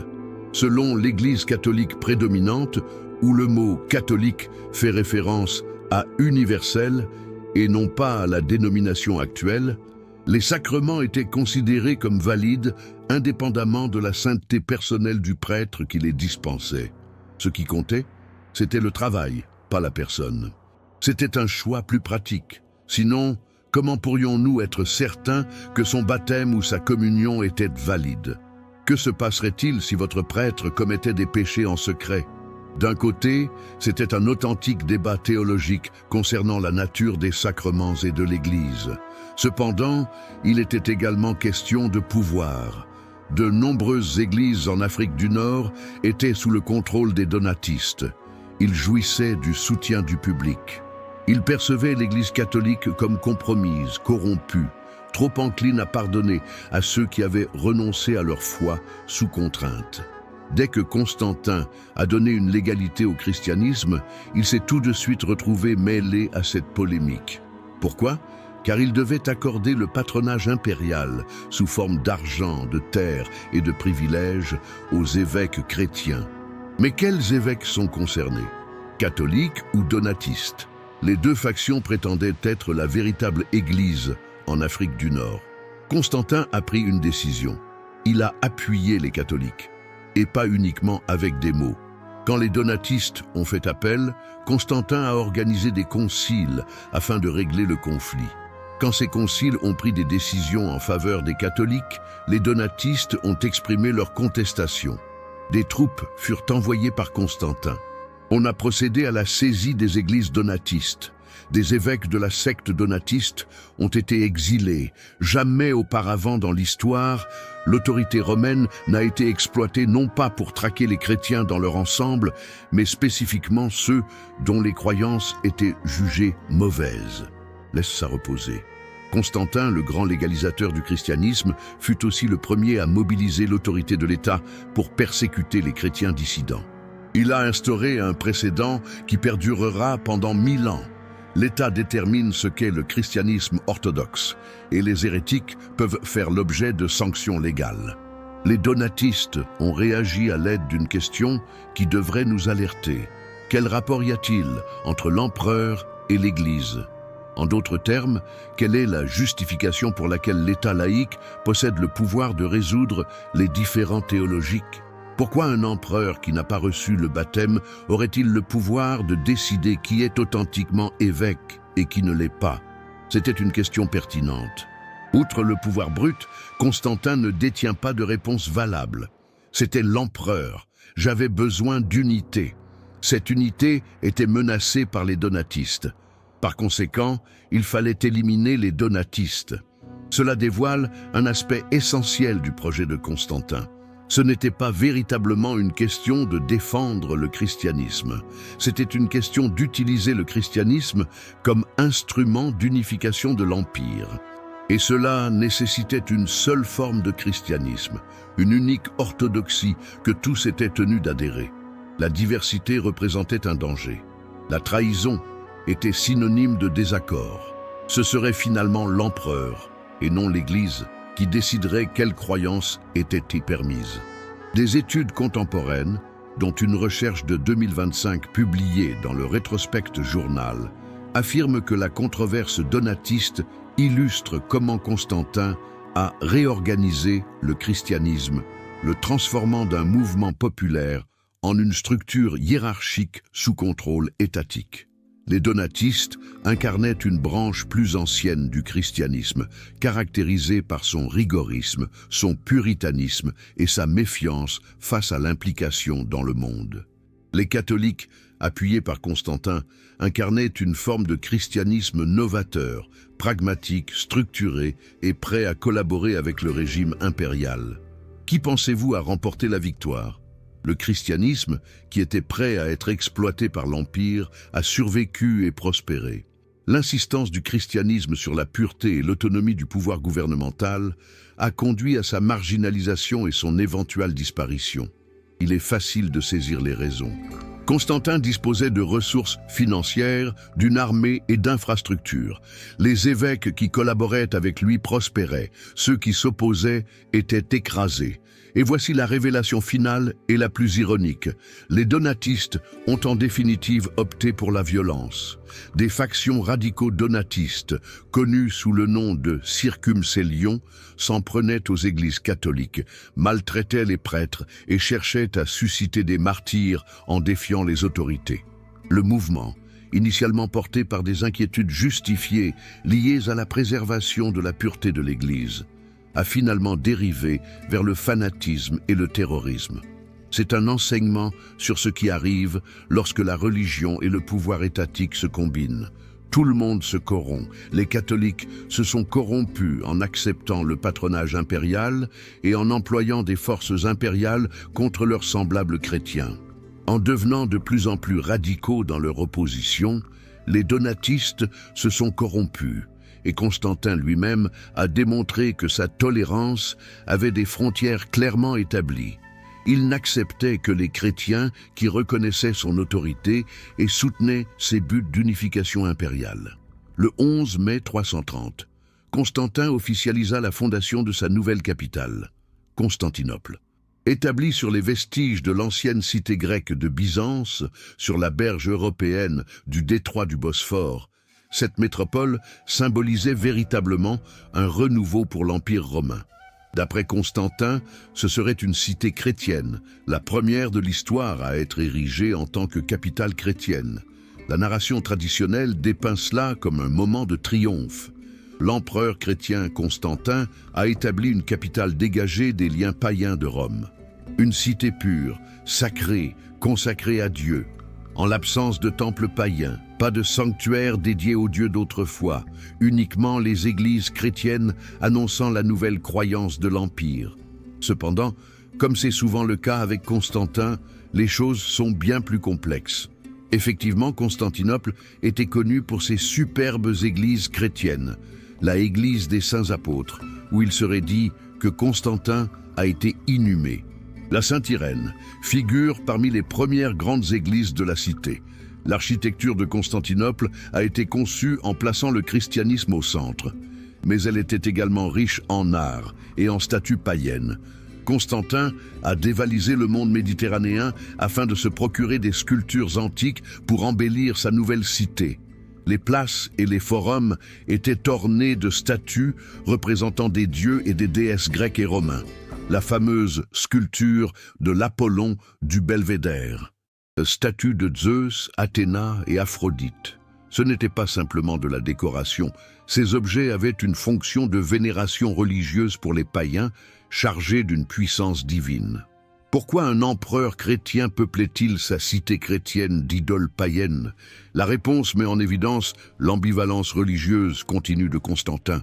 Formellement, ces sculptures n'étaient que des œuvres d'art détachées de leur connotation religieuse, valorisées pour leur attrait esthétique et leur savoir-faire artisanal. Cependant, pour les résidents païens de la cité, qui représentaient la plus grande partie de la population, ces statues demeuraient sacrées. Constantin s'efforçait une nouvelle fois de satisfaire tout le monde, en offrant des églises chrétiennes aux chrétiens et des statues païennes aux païens. Cependant, il existe une justification plus profonde et plus obscure à l'établissement de Constantinople. Rome était en déclin. La ville avait vu sa signification stratégique diminuer. L'Empire faisait face à de véritables dangers venant de l'Est, notamment de la Perse et des tribus qui poussaient le long du Danube. Rome était trop éloignée vers l'Ouest pour servir de centre de commandement efficace. Dioclétien avait reconnu cela en mettant en place des capitales impériales à Milan, Trèves et Nicomédie. Toutefois, aucune de ces villes n'avait la même portée symbolique que Rome. Constantin recherchait une capitale qui soit à la fois stratégiquement positionnée et d'une grande force symbolique. Constantinople était idéal. Il surveillait le transit entre l'Europe et l'Asie. Il était à proximité des frontières en péril. Et en tant que cité récente, elle était dépourvue des anciennes familles sénatoriales de Rome, qui mettaient sans cesse en doute l'autorité impériale.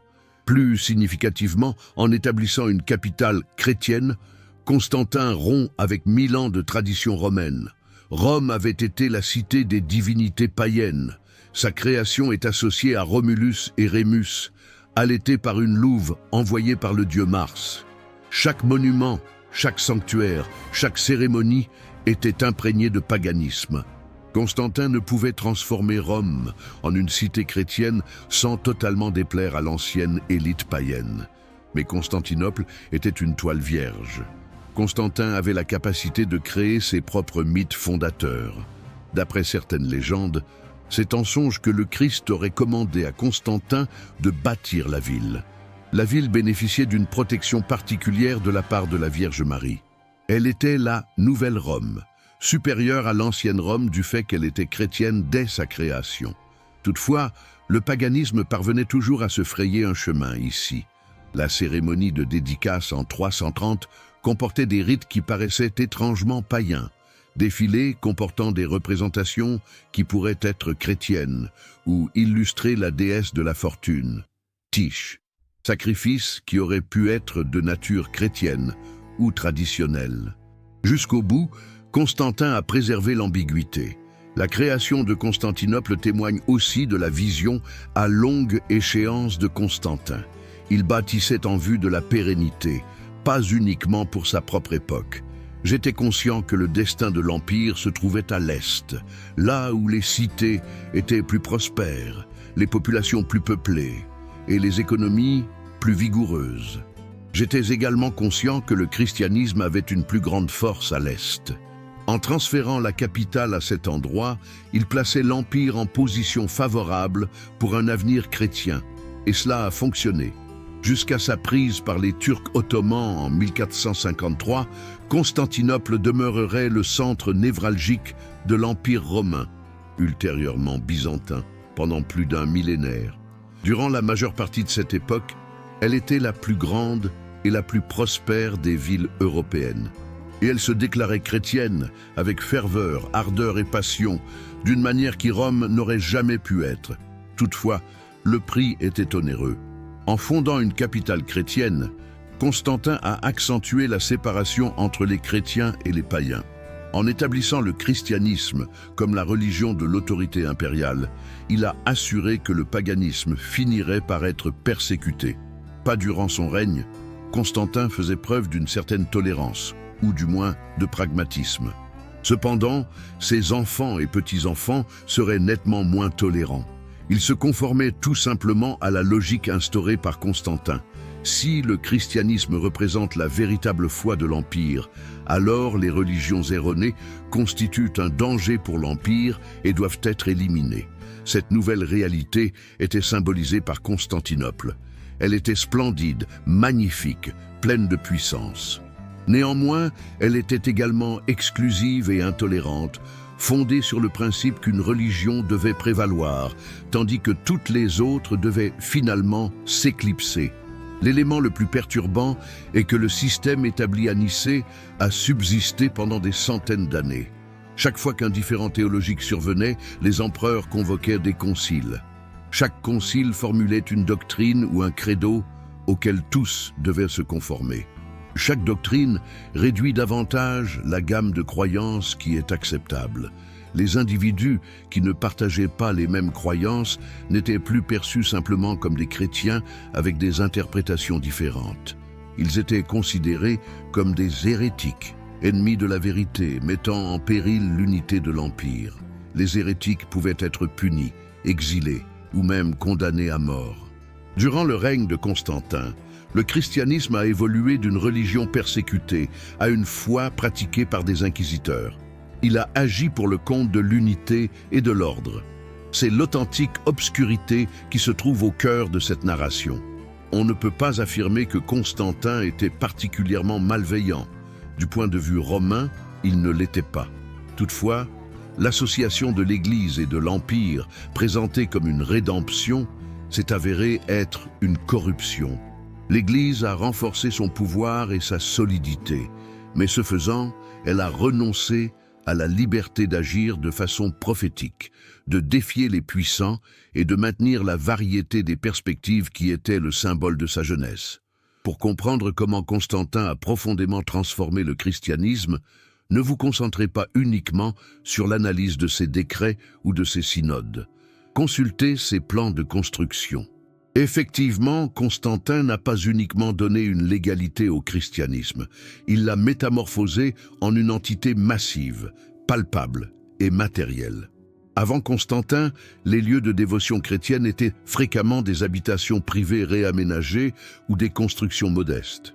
Ils devaient l'être. L'Église était dépourvue, persécutée, en dehors des sentiers battus. Toutefois, Constantin a complètement bouleversé la situation du jour au lendemain grâce à un essor de construction sans précédent. Et il ne construisait pas d'églises communes, il construisait des basiliques, un type de structure qui était auparavant dévolue aux fonctions impériales et administratives. Les basiliques romaines avaient de grandes salles rectangulaires dotées de colonnes, une nef spacieuse et une abside élevée à une extrémité où se tenait le magistrat ou l'officiel. Ils étaient des symboles de force et de pouvoir. Et Constantin a déclaré « C'est ainsi que les églises doivent se manifester dorénavant ». La basilique Saint-Pierre à Rome, construite sur le supposé site de l'enterrement de l'apôtre. La basilique du Saint-Sépulcre, qui se trouve à Jérusalem, a été construite à l'emplacement de la crucifixion et de la résurrection. La basilique de la Nativité, située à Bethléem. Vaste, brillante, coûteuse. D'où est issu l'argent? De la richesse impériale. L'édification d'églises a bénéficié du déploiement de ressources substantielles sous la direction de Constantin. Il a fourni des terrains, il a exempté les églises de l'impôt, il a proposé des biens précieux, des trophées en or, des vêtements en soie, des chandeliers en argent. Il a transformé le christianisme, évoluant d'une croyance des défavorisés à une religion de magnificence impériale. Prends en compte l'effet psychologique que cela a pu engendrer. En l'an 300, un chrétien se recueillait secrètement dans une maison privée, toujours sous le fléau de persécution. En l'an 340, un fidèle chrétien rendait hommage dans une basilique somptueuse, décorée de mosaïques resplendissantes, de colonnes en marbre poli et de plafonds dorés. C'était l'empereur lui-même qui avait financé ce projet. L'avis était clair. Le christianisme n'était plus une religion marginale. C'était la foi du pouvoir, de l'empire et du futur. Toutefois, cela avait un coût. Il était indispensable d'entretenir ces magnifiques basiliques. Il était indispensable de rétribuer le clergé qui leur rendait service. Et toute cette richesse provenait de l'Empire. Cela impliquait donc que l'Église était maintenant financièrement liée à l'État. En employant des matériaux tels que la brique, le marbre et l'or, Constantin et ses descendants ont effectivement gagné la dévotion de l'Église. Et ce n'était pas seulement de la construction. Graduellement, Constantin a promulgué des lois qui privilégiaient le christianisme par rapport aux autres cultes. En 321, il a légalisé la possibilité pour les églises d'accepter des donations et des héritages, une pratique qui avait été interdite précédemment. Soudainement, les chrétiens fortunés ont eu la possibilité de léguer leurs biens à l'Église, et beaucoup d'entre eux l'ont fait. Au cours des décennies, l'Église a progressivement transformé son statut pour se positionner parmi les plus importants détenteurs de terres au sein de l'Empire. En l'année 325, Constantin a proscrit les sacrifices privés à des fins de divination, une pratique largement répandue parmi les païens. Il n'a pas encore proscrit tous les sacrifices. Toutefois, le processus d'aliénation a commencé. En 326, il interdit les luttes de gladiateurs en raison de ses principes chrétiens, perçus comme étant contraires à la moralité. Bien que cette loi ait été fréquemment délaissée et que les jeux aient persisté pendant plusieurs années, elle a véhiculé un message. Les valeurs chrétiennes seraient désormais à l'origine de la politique impériale. De manière notable, en 321, Constantin décréta le dimanche comme jour de repos obligatoire pour toutes les institutions gouvernementales et le commerce en milieu urbain.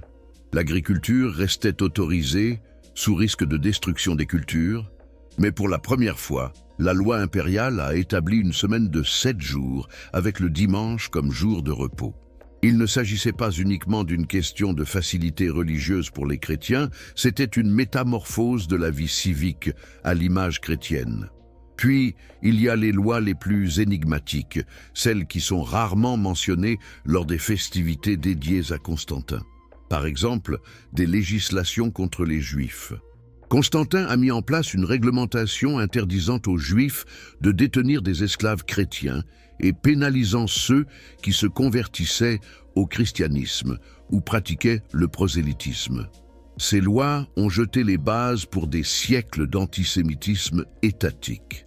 L'empereur, en se présentant comme un protecteur de la vraie foi, est également devenu le persécuteur de ceux qui rejetaient cette croyance. Durant le règne de Constantin, la crucifixion fut proscrite, étant considérée comme une punition infligée à Jésus qui avait péri sur une croix. On évoque souvent cela comme un exemple de sa compassion chrétienne. Toutefois, Constantin n'a pas aboli la torture ni la peine de mort, il a juste changé les méthodes employées. Il a mis en place de nouvelles formes de punition létales, dont l'une impliquait de verser du plomb liquide dans la gorge des délinquants. Son code de loi était sans pitié, imposant souvent la peine de mort. Sous l'influence du christianisme, certains éléments de la loi romaine ont été adoucis, alors que d'autres ont connu un renforcement. Ce qui se profile est une image complexe.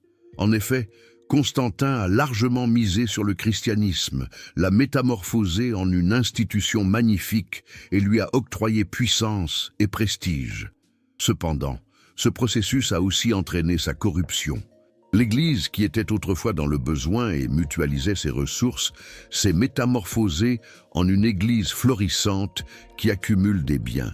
Autrefois préoccupée par les personnes marginalisées, l'Église se retrouve désormais en alliance avec les puissants. L'Église, qui prônait l'amour pour ses opposants, soutenait désormais des lois punissant les dissidents religieux.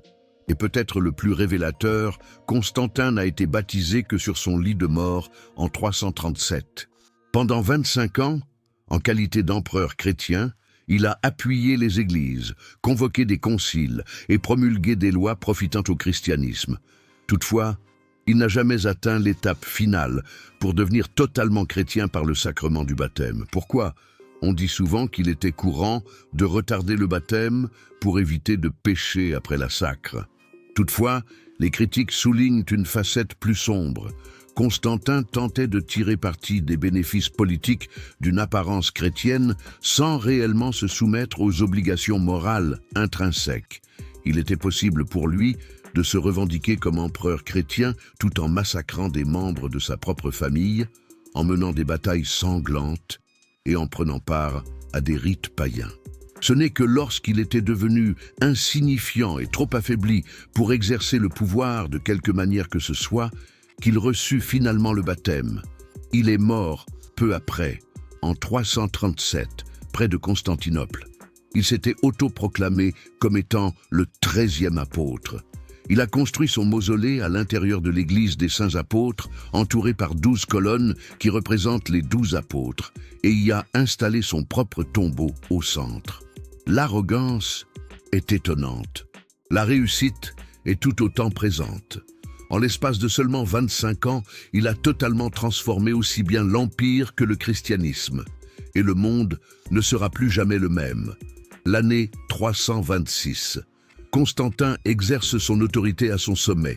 Il a unifié l'Empire en une seule entité. C'est lui qui a convoqué le concile de Nicée. Il a construit d'impressionnantes basiliques. Sous son égide, l'Église chrétienne connaît une prospérité. Puis, un incident tragique se produit. Une chose aussi obscure qu'elle réussit à peine à être cachée, même par les sources chrétiennes qui appuient Constantin. Il gère ses propres fils d'exécution. Il se trouve avec sa conjointe. Crispo était l'aîné de Constantin, né de son mariage avec Minervina, sa première femme ou concubine. Il était brillant et attrayant, un officier de l'armée couronné de succès. César avait été désigné par Constantin, le considérant essentiellement comme un éventuel successeur de l'Empire occidental. Il était apprécié par le peuple. L'armée lui témoignait du respect. C'était le destin qui attendait l'Empire. Au cours du printemps 326, Constantin ordonna son exécution, sans jugement en public, sans besoin de justification formelle. Il s'est tout simplement volatilisé et les autorités ont déclaré qu'il avait été exécuté pour des infractions non spécifiées. Quelques semaines plus tard, Fausta, qui était la deuxième épouse de Constantin et la mère de ses autres enfants, est aussi morte. Les données indiquent qu'elle a été étouffée dans une salle de bain à température élevée, en gros bouillie vivante. De nouveau, sans justification officielle. 2 membres de la famille impériale ont perdu la vie dans un laps de temps de quelques semaines. Qu'est-ce qui s'est passé, nom d'un chien? Les théories ont existé et continuent de circuler depuis des siècles.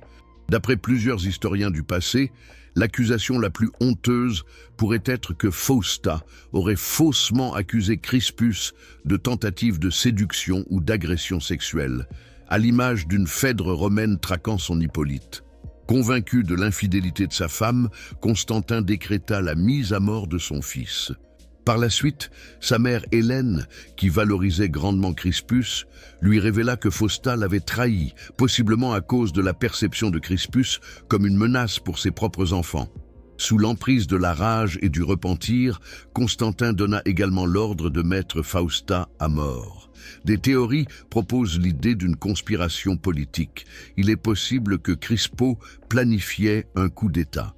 Il est possible que Fausta ait comploté avec les opposants de Constantin. Il est possible qu'il ait mis la main sur des secrets qui n'auraient pas dû lui être révélés. La vérité est que nous ne le saurons jamais.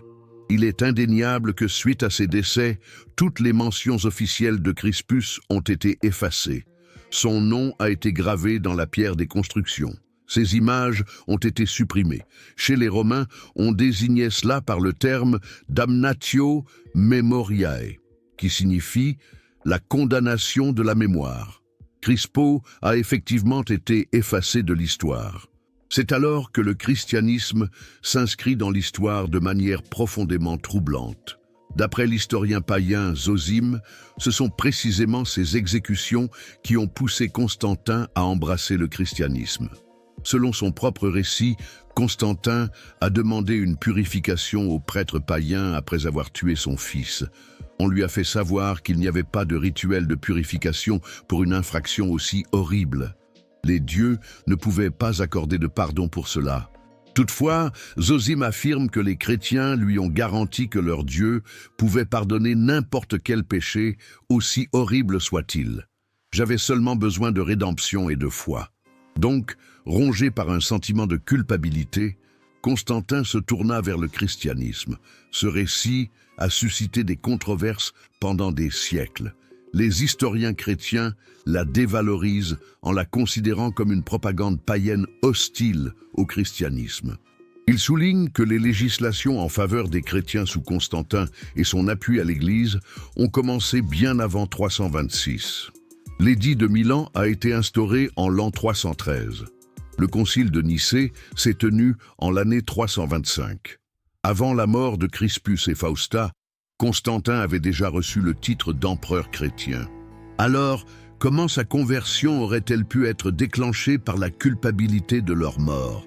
Cependant, ce qui est inquiétant, c'est que malgré les erreurs de chronologie dans le récit de Zosime, son histoire pourrait avoir une certaine validité psychologique. Il est envisageable que Constantin ait embrassé le christianisme dès 326, cependant, il se pourrait également que ces exécutions aient consolidé sa résolution. Il est possible qu'il ait ressenti le besoin de croire en un Dieu capable de pardonner même des actes tels que le parricide et l'infanticide. Il est possible que son appui grandissant à l'Église après 326 ait été en partie ordonné par une tentative désespérée d'expiation pour des péchés irréparables. Regarde ce qui arrive immédiatement après les décès. Hélène, la mère de Constantin, se lance dans son périple renommé en Terre Sainte. Il a presque 80 ans. Il se rend à Jérusalem, affirmant avoir trouvé la vraie croix sur laquelle le Christ a été crucifié. Cette histoire, exposée dans les documents plusieurs décennies après, montre tous les indices de la propagande religieuse. Toutefois, le moment est suggestif. Ce voyage a-t-il symbolisé pour Hélène et Constantin une recherche de rédemption, un pèlerinage de pénitence? Constantin a également intensifié la construction d'églises après 326. L'église du Saint-Sépulcre se trouve à Jérusalem. La basilique de la Nativité se trouve à Bethléem. On trouve un grand nombre de basiliques à Rome, ainsi que dans toute l'étendue de l'Empire. On dirait qu'il essaie d'obtenir le pardon céleste en troquant marbre et or. Et il existe un autre élément captivant. Constantin, autrefois sans pitié, ayant écarté ses rivaux, trahi ses alliés et anéanti ses adversaires sans remords, se retrouve désormais soudainement, obsessionnellement préoccupé par l'idée de pardon divin. Ses discours ultérieurs au chapitre 326 insistent de plus en plus sur la grâce divine, la possibilité de rédemption et l'espoir de salut même pour les plus grands des pécheurs. Projection psychologique, c'est envisageable. Voici une réalité sombre. Si Zosime a raison, si Constantin a embrassé le christianisme en partie pour la facilité à accorder le pardon de graves crimes, quel portrait cela dresse-t-il du christianisme que soutenait Constantin? Ce n'était pas le christianisme des prophètes qui dénonçait l'injustice des puissants. Ce n'est pas le christianisme qui poussait les riches à se départir de tous leurs biens pour le donner aux plus démunis. C'était un christianisme domestiqué, un christianisme qui tolérait les empereurs ayant assassiné leurs proches, tout en persécutant simultanément les hérétiques pour avoir suivi des doctrines erronées. Voici le paradoxe intrinsèque au christianisme de Constantin. Vous pouviez tuer votre fils et être considéré comme un empereur chrétien exemplaire, tandis que l'idée d'un Christ légèrement différent du Père vous qualifierait d'hérétique digne de l'exil. On pouvait accorder le pardon au pouvoir. Non, il n'y a pas de désaccord théologique. Ce système établi par Constantin allait se maintenir pendant des siècles, façonnant le christianisme européen jusqu'à l'époque de la Réforme et même au-delà. Des commentateurs actuels, tels que l'historien Bart Ehrman, soulignent qu'il s'agit d'un des moyens par lesquels Constantin a modifié le christianisme. Il a transformé une religion axée sur une profonde transformation éthique en une religion centrée sur la croyance dans les doctrines justes. L'orthodoxie était davantage primordiale que la conduite. Ce que tu faisais avait moins d'importance que ce que tu pensais sur la nature du Christ. C'était parfait pour Constantin, car cela lui offrait l'opportunité d'agir comme un empereur romain sans pitié, exécution, conquête, manipulation, tout en montrant sa piété chrétienne, à condition de croire dans la bonne doctrine et de soutenir les églises appropriées. Toutefois, les exécutions de Crispus et Fausta n'étaient pas les uniques ombres qui ont assombri le règne de Constantin. Une autre controverse, tout aussi révélatrice mais moins connue, illustre parfaitement comment Constantin a façonné le christianisme selon ses souhaits, la controverse donatiste. Pour comprendre ce point, il faut remonter à l'année 303, lors du début de la grande persécution menée par Dioclétien. Sur ordre de l'empereur, tous les écrits chrétiens devaient être collectés et réduits en cendres, tout comme toutes les églises devaient être détruites. Les chrétiens étaient confrontés à un choix impossible, abandonner leurs textes sacrés pour sauver leur vie, ou refuser et encourir la prison, la torture, voire même la mort. Certains, identifiés comme confesseurs, ont choisi la voie du martyre. Quelques-uns, nommés traditors, tricheurs, ont restitué les Écritures afin de sauvegarder leur propre existence. La persécution est désormais terminée. L'Église a persisté. Toutefois, une question délicate s'est posée. Que faire des traîtres? En particulier, quelles mesures devrions-nous adopter à l'égard des évêques et des prêtres ayant collaboré avec les persécuteurs? Au nord de l'Afrique, une communauté chrétienne stricte a soutenu que les traîtres avaient définitivement déchu de leur pouvoir spirituel. Les sacrements administrés par des prêtres de la Tradition ne l'étaient pas. Ces rigoristes ont soutenu un évêque nommé Donat, et ils se sont identifiés comme des donatistes. D'après la majorité de l'Église catholique, où le terme « catholique » signifie « universel » et non pas l'appellation actuelle, les sacrements étaient jugés comme valides indépendamment de la vertu personnelle du prêtre qui les administrait. Ce qui importait, c'était le travail fourni, non pas l'individu. C'était une option plus commode. Autrement, comment pourrions-nous garantir la validité de son baptême ou de sa communion? Que se produirait-il si votre prêtre cachait des péchés en secret?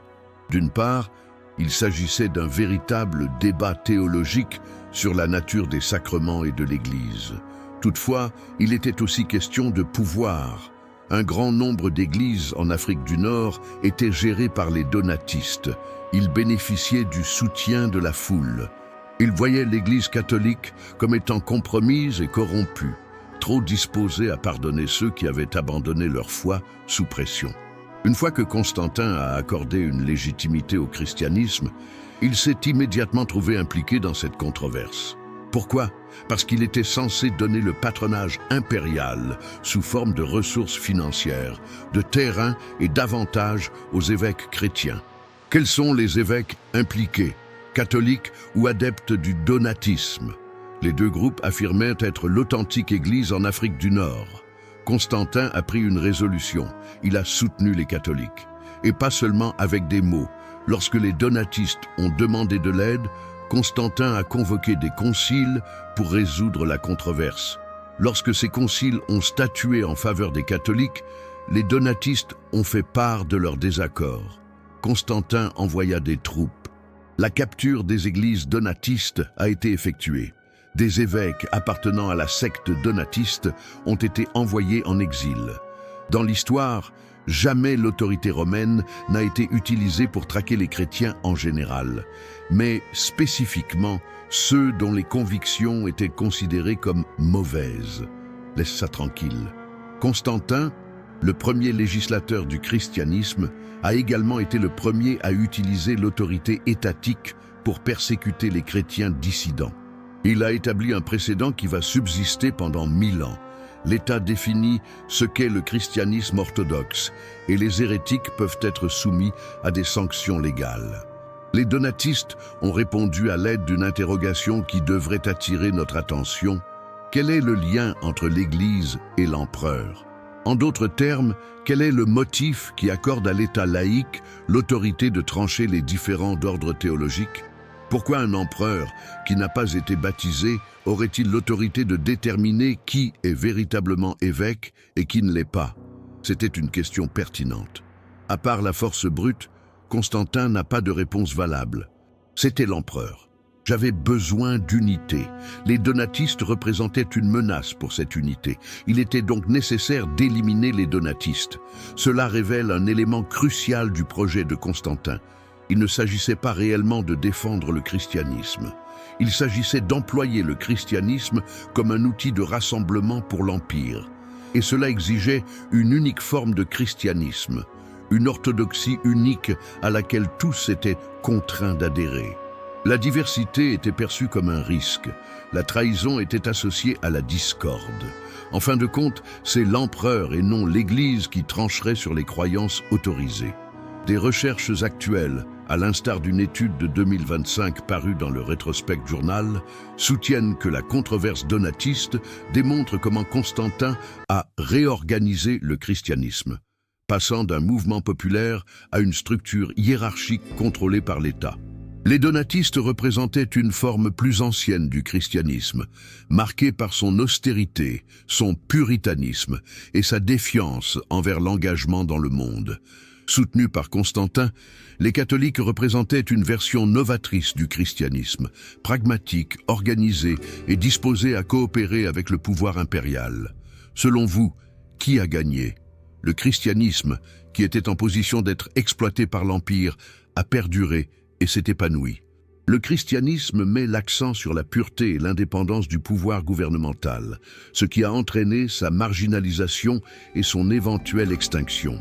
Il est aisé de comprendre les motifs.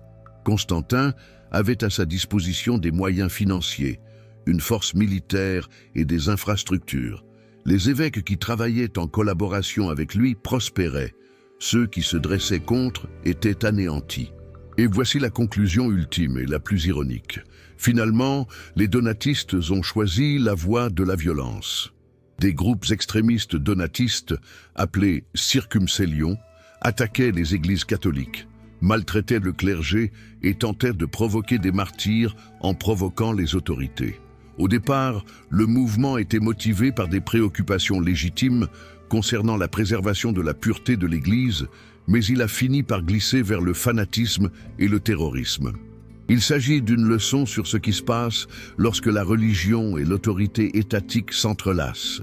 Tout le monde se corrompt. Les catholiques se sont corrompus en acceptant le patronage impérial et en utilisant des forces de l'Empire contre d'autres chrétiens. En intensifiant leur opposition, les donatistes se sont corrompus de plus en plus. Et Constantin lui-même a prouvé que sa tolérance avait des limites bien définies.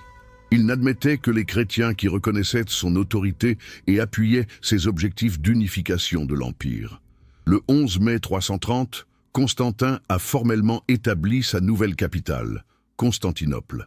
Cette grande ville, construite sur les ruines de l'antique cité grecque de Byzance, sur la rive européenne du détroit du Bosphore, incarnait véritablement un nouvel essor pour l'Empire romain. Selon Constantin, ce serait la première cité chrétienne de l'histoire à être établie en tant que capitale chrétienne. Le récit traditionnel présente cela comme un moment de victoire. L'empereur chrétien Constantin a fondé une capitale détachée des attaches païennes de Rome, une ville pure, sainte, dédiée à Dieu, sans la présence de temples dédiés au paganisme. Il n'existe pas de lieu de culte consacré aux divinités d'autrefois. Seules les églises chrétiennes proclament la foi nouvelle de l'Empire. Toutefois, comme cela arrive fréquemment avec Constantin, la situation est beaucoup plus complexe. Il est vrai que Constantinople était réputée pour ses magnifiques églises chrétiennes.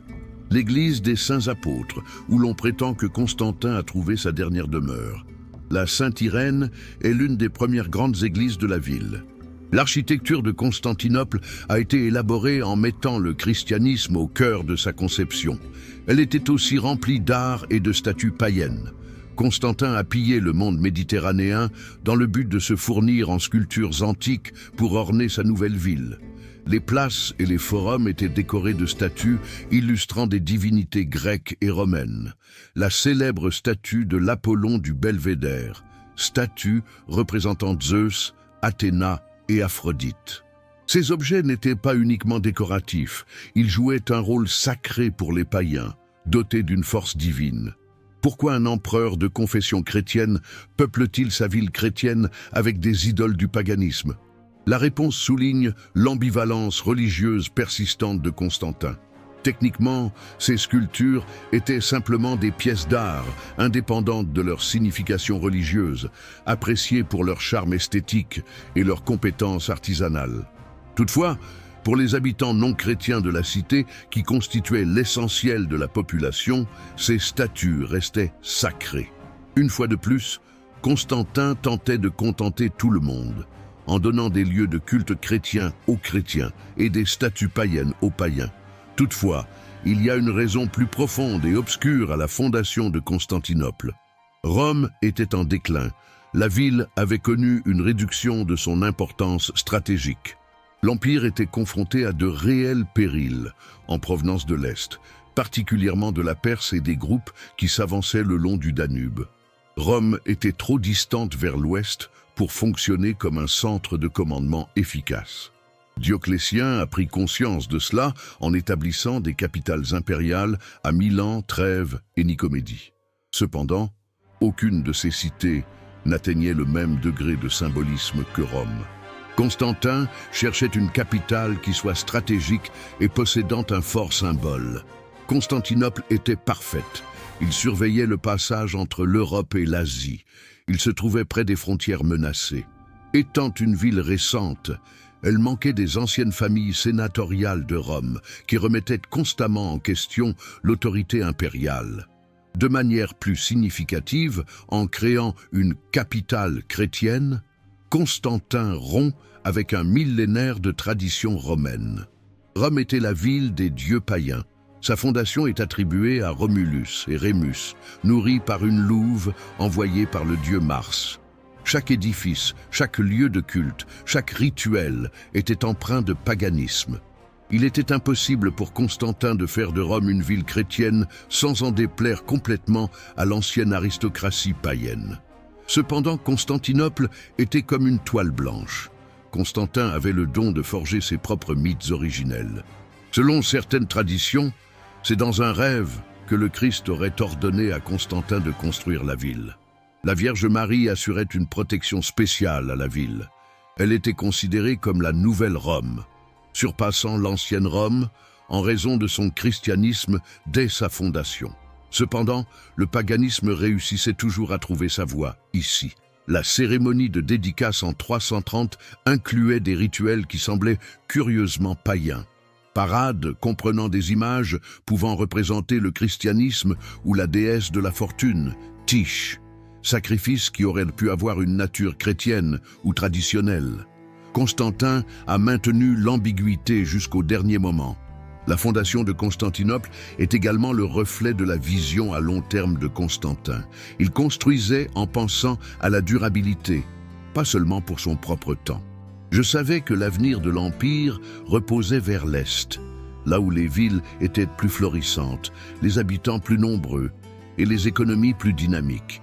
J'étais aussi au courant que le christianisme avait une plus grande influence à l'Est. En déplaçant la capitale à cet endroit, il mettait l'Empire dans une position avantageuse pour un futur chrétien. Et ça a bien marché. Constantinople, qui a été conquise par les Turcs ottomans en 1453, a continué à être le cœur battant de l'Empire romain, plus tard byzantin, pendant plus de 1000 ans. Elle a été, tout au long de cette période, la plus vaste et la plus florissante des cités européennes. Elle professait sa foi chrétienne avec ferveur, ardeur et passion, d'une manière qui n'aurait jamais pu être la même à Rome. Cependant, le coût était élevé. En établissant une ville chrétienne, Constantin a renforcé la division entre les chrétiens et les païens. En instaurant le christianisme comme la foi de l'autorité impériale, il a garanti que le paganisme serait finalement persécuté. Durant son règne, Constantin faisait preuve d'une certaine tolérance, ou du moins de pragmatisme. Néanmoins, ses descendants, qu'il s'agisse de ses enfants ou petits-enfants, seraient beaucoup moins tolérants. Ils suivaient simplement la logique instaurée par Constantin.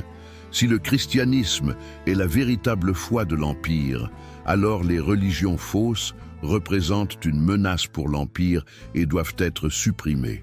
Constantinople représentait symboliquement cette nouvelle réalité.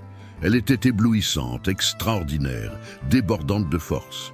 Toutefois, elle était aussi exclusive et intolérante, reposant sur l'idée qu'une religion devait dominer, tandis que toutes les autres devaient finalement disparaître.